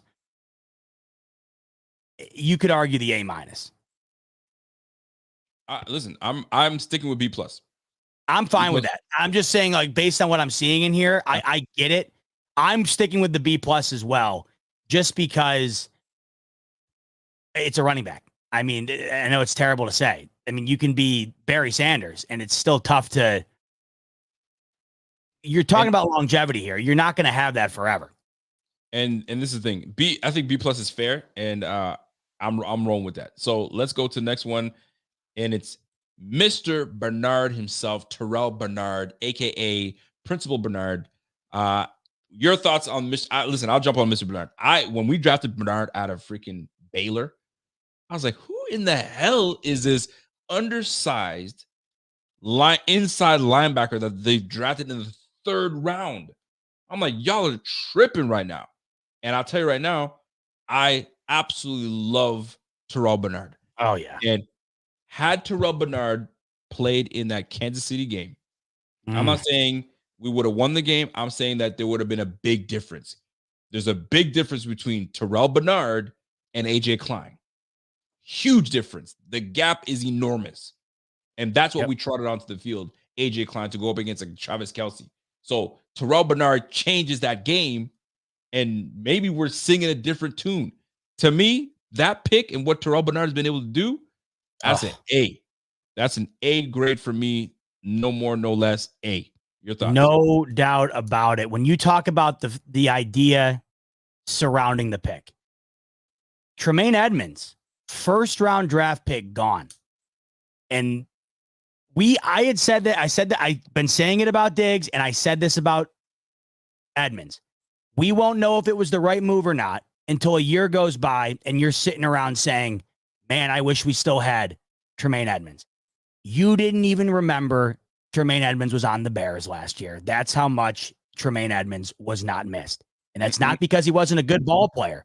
It's because Terrell Bernard came in out of absolutely nowhere, paired up with Matt Milano. And I'm sorry, but through the first month of the season, that was the best tandem, maybe in the league, on the defensive side of the ball. It was off the charts. It makes me sick to my stomach knowing what that would have looked like for a full season together. And I want to see it this coming year so desperately. And to your point, you had AJ Klein trying to shadow a 1st ballot Hall of Fame tight end, catching the ball from a 1st ballot Hall of Fame quarterback, and it did not work out. If Terrell Bernard was in that game, we all know Travis Kelce broke open for a wide open touchdown, and he wasn't able to get into the end zone the entirety of the back half of the year. If Bernard is in there, maybe that game is singing a different tune. For a 3rd-round draft pick, how much was needed out of him and what he's delivered, I'm all about the A, man. I absolutely love Terrell Bernard. Do we bump it up to an A+?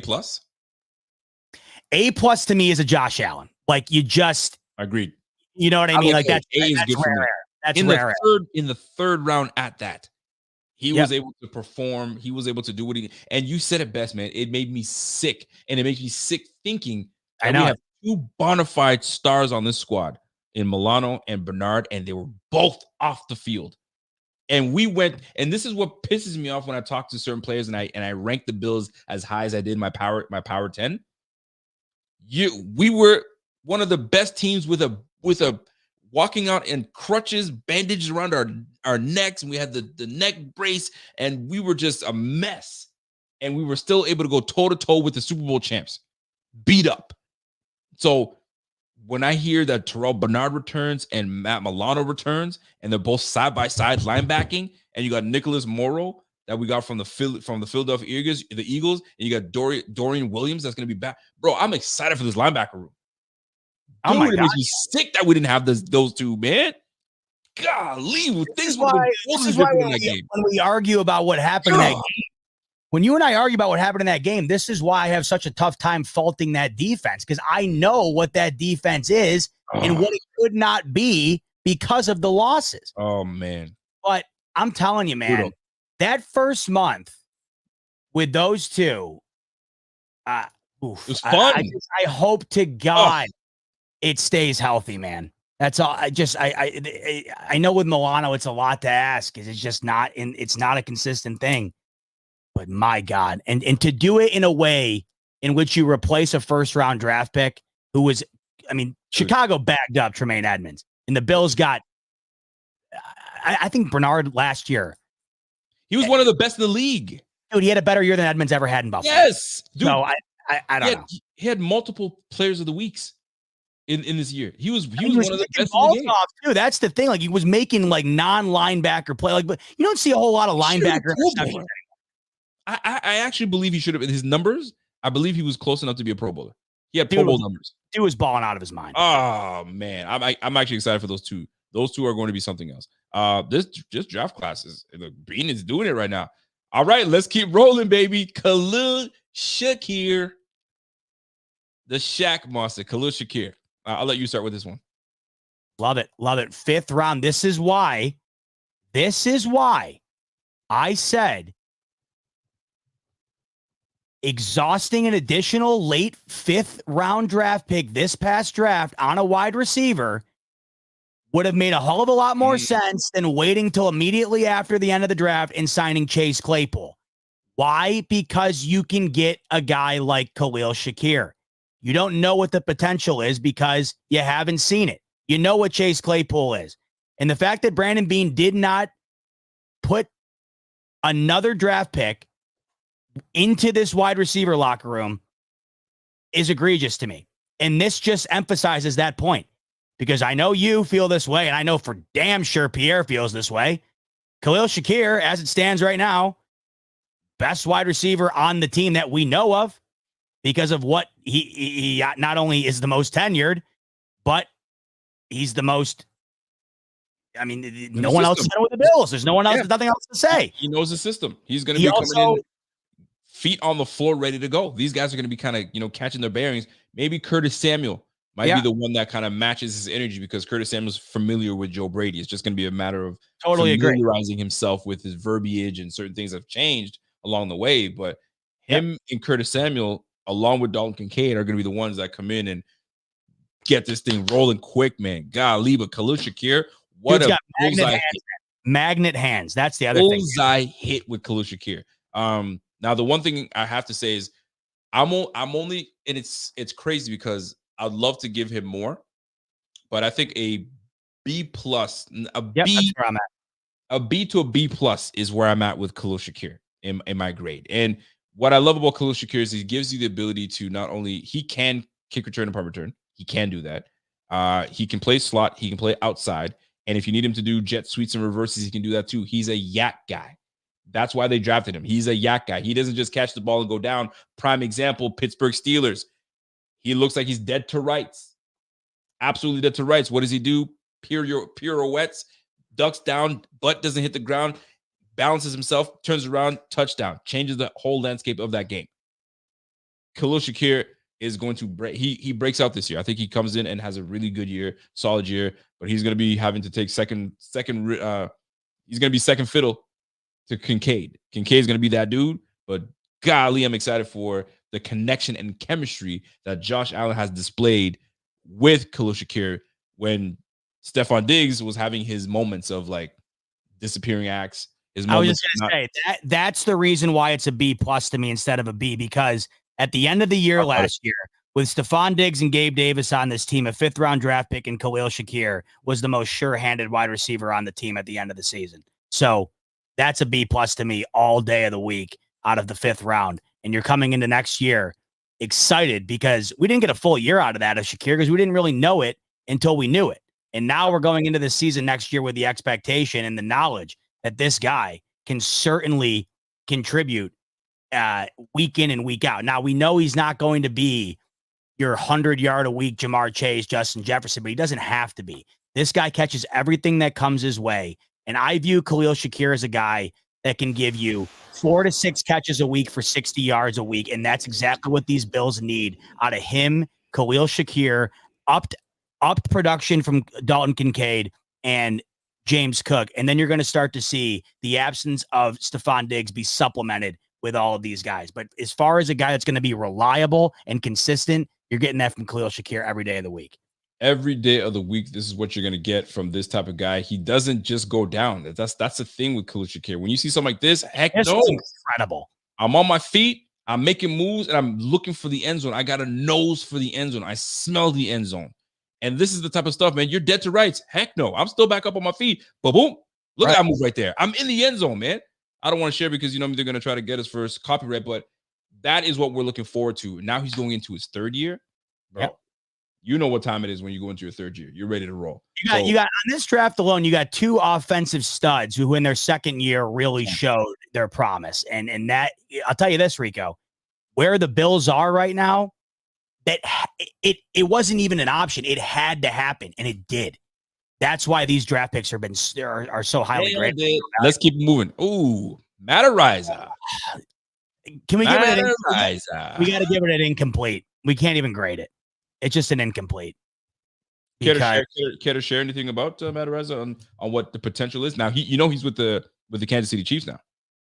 Oh, I do. It's an incomplete. We haven't seen him play, and the Bills were put in a really terrible situation that they inevitably had to do what they had to do, and it sucks. It really does suck, man, because we were looking forward to that, man. We had Tyler Bass.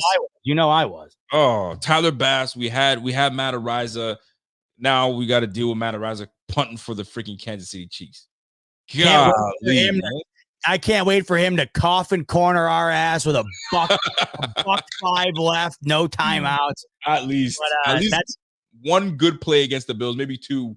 That doesn't really affect us too much in winning the game, but like you'd like him to have some kind of go F yourself. You guys didn't believe in me. I told y'all XYZ. I mean, sometimes the team is under pressure. You got to make certain things happen because you already know public pressure can do a lot of things to companies that make them say, okay, I'll conform, right? And then when you find out nothing happened, everybody's already on there. They're on to the next issue. But you've already made your decision. So lives get ruined over this stuff in both parties, and it's unfortunate for everyone. But it's an incomplete to me. You can't grade him. He hasn't played in the league yet. I agree. Well, we'll keep that incomplete. We'll keep it non-applicable. Next up on the list after Mr. Matariza, we don't stop, man. After Matariza, we go to Christian Bedford. I know. This is some shit, man. Christian Bedford out of Villanova. Corner out of Villanova. Physical, very good zone corner. And just seems to fit the team, fit the mold, fit the chemistry, fit what the Bills and McDermott is trying to do. And we're primarily a zone team, but he can play little man. He's going to get better. He's going to year 3. This is it. Him next to Rasul Douglas. He's got the experience under his belt. He's got confidence going into this. He doesn't have Dane Jackson nipping on his heels. He's like, I'm the guy. I'm that dude right now. So Christian Bedford, Rasul Douglas, Kyer Elam's going to be on the sidelines just chilling and waiting for his turn. But I'm telling you right now, those two battled it out. Yep. They battled. And Christian Bedford's the one that won it. So Christian Bedford will be alongside Rasul Douglas. Massive. He's going to be the starter. 6th round pick. Bro, that's a steal. To me, A-. A-? I have an A. Honestly, yeah, we got to factor in the curve. I mean, a starter. Yeah, you got to factor in the curve. The 6th round for sure. I'm like one of those weird guys who just hates giving A's because it just feels like it's so tough to get an A. I know. But when you factor in, I mean, I get if you've ever listened to me talk about Bernard and Benford in the same show, you might have noticed I will often flip-flop them. You pull back? Because in the same draft, you have 2 guys on the defensive side of the ball, later rounds, drafted with the last name starting with B-E, that both were kind of, who is this guy? And they come out and they absolutely flourish out of nowhere. That's why I flip-flop them all the time. Christian Benford We're talking about the need for Kaiir Elam to come in and do, what was necessary for this Bills backfield. Christian Benford is the man who's done that in the 6th round. So when you factor in the 6th round pick and how valuable that he has been and is going to be that late, an A is fine with me. Love Christian Benford, and I'm very excited to see what he's continuously able to do as he gets more and more experience. This team is going to be heavily reliant on Christian Benford with the amount of talent that has been lost in that secondary. And I feel confident based on what I've seen that he is going to be more than adequate in the ability to continue what we saw a season ago. Listen, I'm with you. I understand your trepidation on giving that. I know, it's so tough. It makes sense. I get it. You don't want to give out an A, but round 6, Rico, it's like you're making the right point. Like, it's just, man, you can't ask for anything better than that. You can't. This is what I'm saying. You went and we okay. So here's another thing, the way you got to look at this too, right? We praise Brett Veach, the GM for the Kansas City Chief, on getting these guys hitting on whether it's a Pacheco, and Pacheco being a guy that's doing well. He'd be graded excellent for the Chiefs. Why can't we do that for the Christian Benford? Christian Benford is doing what he needs to do. But the only thing I will say this, I think Randy just said it. Availability. He did spend some time. He broke his wrist, or he did something to his wrist, so he was out some time. But if he didn't, he would have got that position sooner. So to me, I'm sticking with my grade. I think an A is great, where we got him in the 6th, and he shielded off Dane Jackson, shielded off Kaiir Elam. Bro, this is mine now. So now this draft has saved the Buffalo Bills. Are you realizing that as we're going through this? It has saved this team's ass. This next wave here, you're talking about 5-6 guys in this draft class that are going to be a focal point of this next wave of the Buffalo Bills. Bro, he drafted well. Kaiir Elam, we still have hope in Kaiir Elam. We're going to find out this year where he stands, because I think he's got the physical makeup, and just hopefully this is the year that he puts it together. And if he beats out Christian Benford, okay, then I don't know. It's a good problem to have. A great problem. Hell yeah. James Cook, Terrell Bernard, Khalil Shakir. Dude, there's your wave, your youth movement right here. Matt Ariza would have been perfect on this squad, man. But God, then if you can get what you got from Douglas again, I mean, you're fine, buddy. It's just they gotta stay healthy. That's the thing. Christian Benford, and then Luke Tunetta. You may not remember Luke Tunetta, but he got traded. Actually, he got traded to the Indianapolis Colts. Whether he's on the Indianapolis Colts still, that doesn't factor. He's on the Packers as of today. He's on the what, sorry? The Packers. Well, there you go. Now he's on his 3rd team. So he's on his 3rd team. I don't think he's played a snap anywhere, though. No, he's a practice squad depth player. So to me, whether you want to call it an F, we'll call it an F because it didn't work out. Whatever, it is what it is. It'll bring the grade down. And then last but not least, Balen Spector. Hell yeah, man. I'm a fan of Balen Spector. No doubt. I'm a fan of Balen Spector. And we've got great depth. We've got solid contributor in special teams. And if you put him on the field, he's not a liability. That's like you were saying earlier, too. This linebacker room, man, when healthy and how deep it is. I mean, find me one that's as good. I mean, Balen Spector, when he comes in, not like, I mean, more for a 7th round pick. Are you shitting me? Yeah, Clemson linebacker. He's got. I mean, he played at a big time program. So look at our linebacker room. We just brought in Deion Jones, which Deion Jones 3 years ago was one of the better linebackers in the game, a key piece on his squad and known around the league. Okay, so he's versatile. He can play in coverage and he can play in the box. So this is what you get out of Deion Jones. Then you got Nicholas Morrow, which was a captain for the Eagles. They loved him. Now we get him on the squad. Green dot guy. So if you need to, you can call the plays and lead these guys. Dorian Williams, right? Those are your 3 depth guys. Balen Spector, Nicholas Morrow, Dorian Williams, Matt Milano, and Terrell Bernard. 5 linebackers. I feel like I'm missing one more linebacker. I don't know who it is, but I'm missing one more. But I don't know. That right there to me. Buddy, you can't go. Just stay healthy. Dude, so I mean, for a 7th round pick, what do you think B+ for a 7th round pick? For Spector? I mean, to give him a B+, I mean, I'd say I'm looking at a C. C to C plus. I say C plus. Because what has he done? I like him. I think he's not a liability, but to give a B plus, he hasn't done anything for us to say he hasn't started.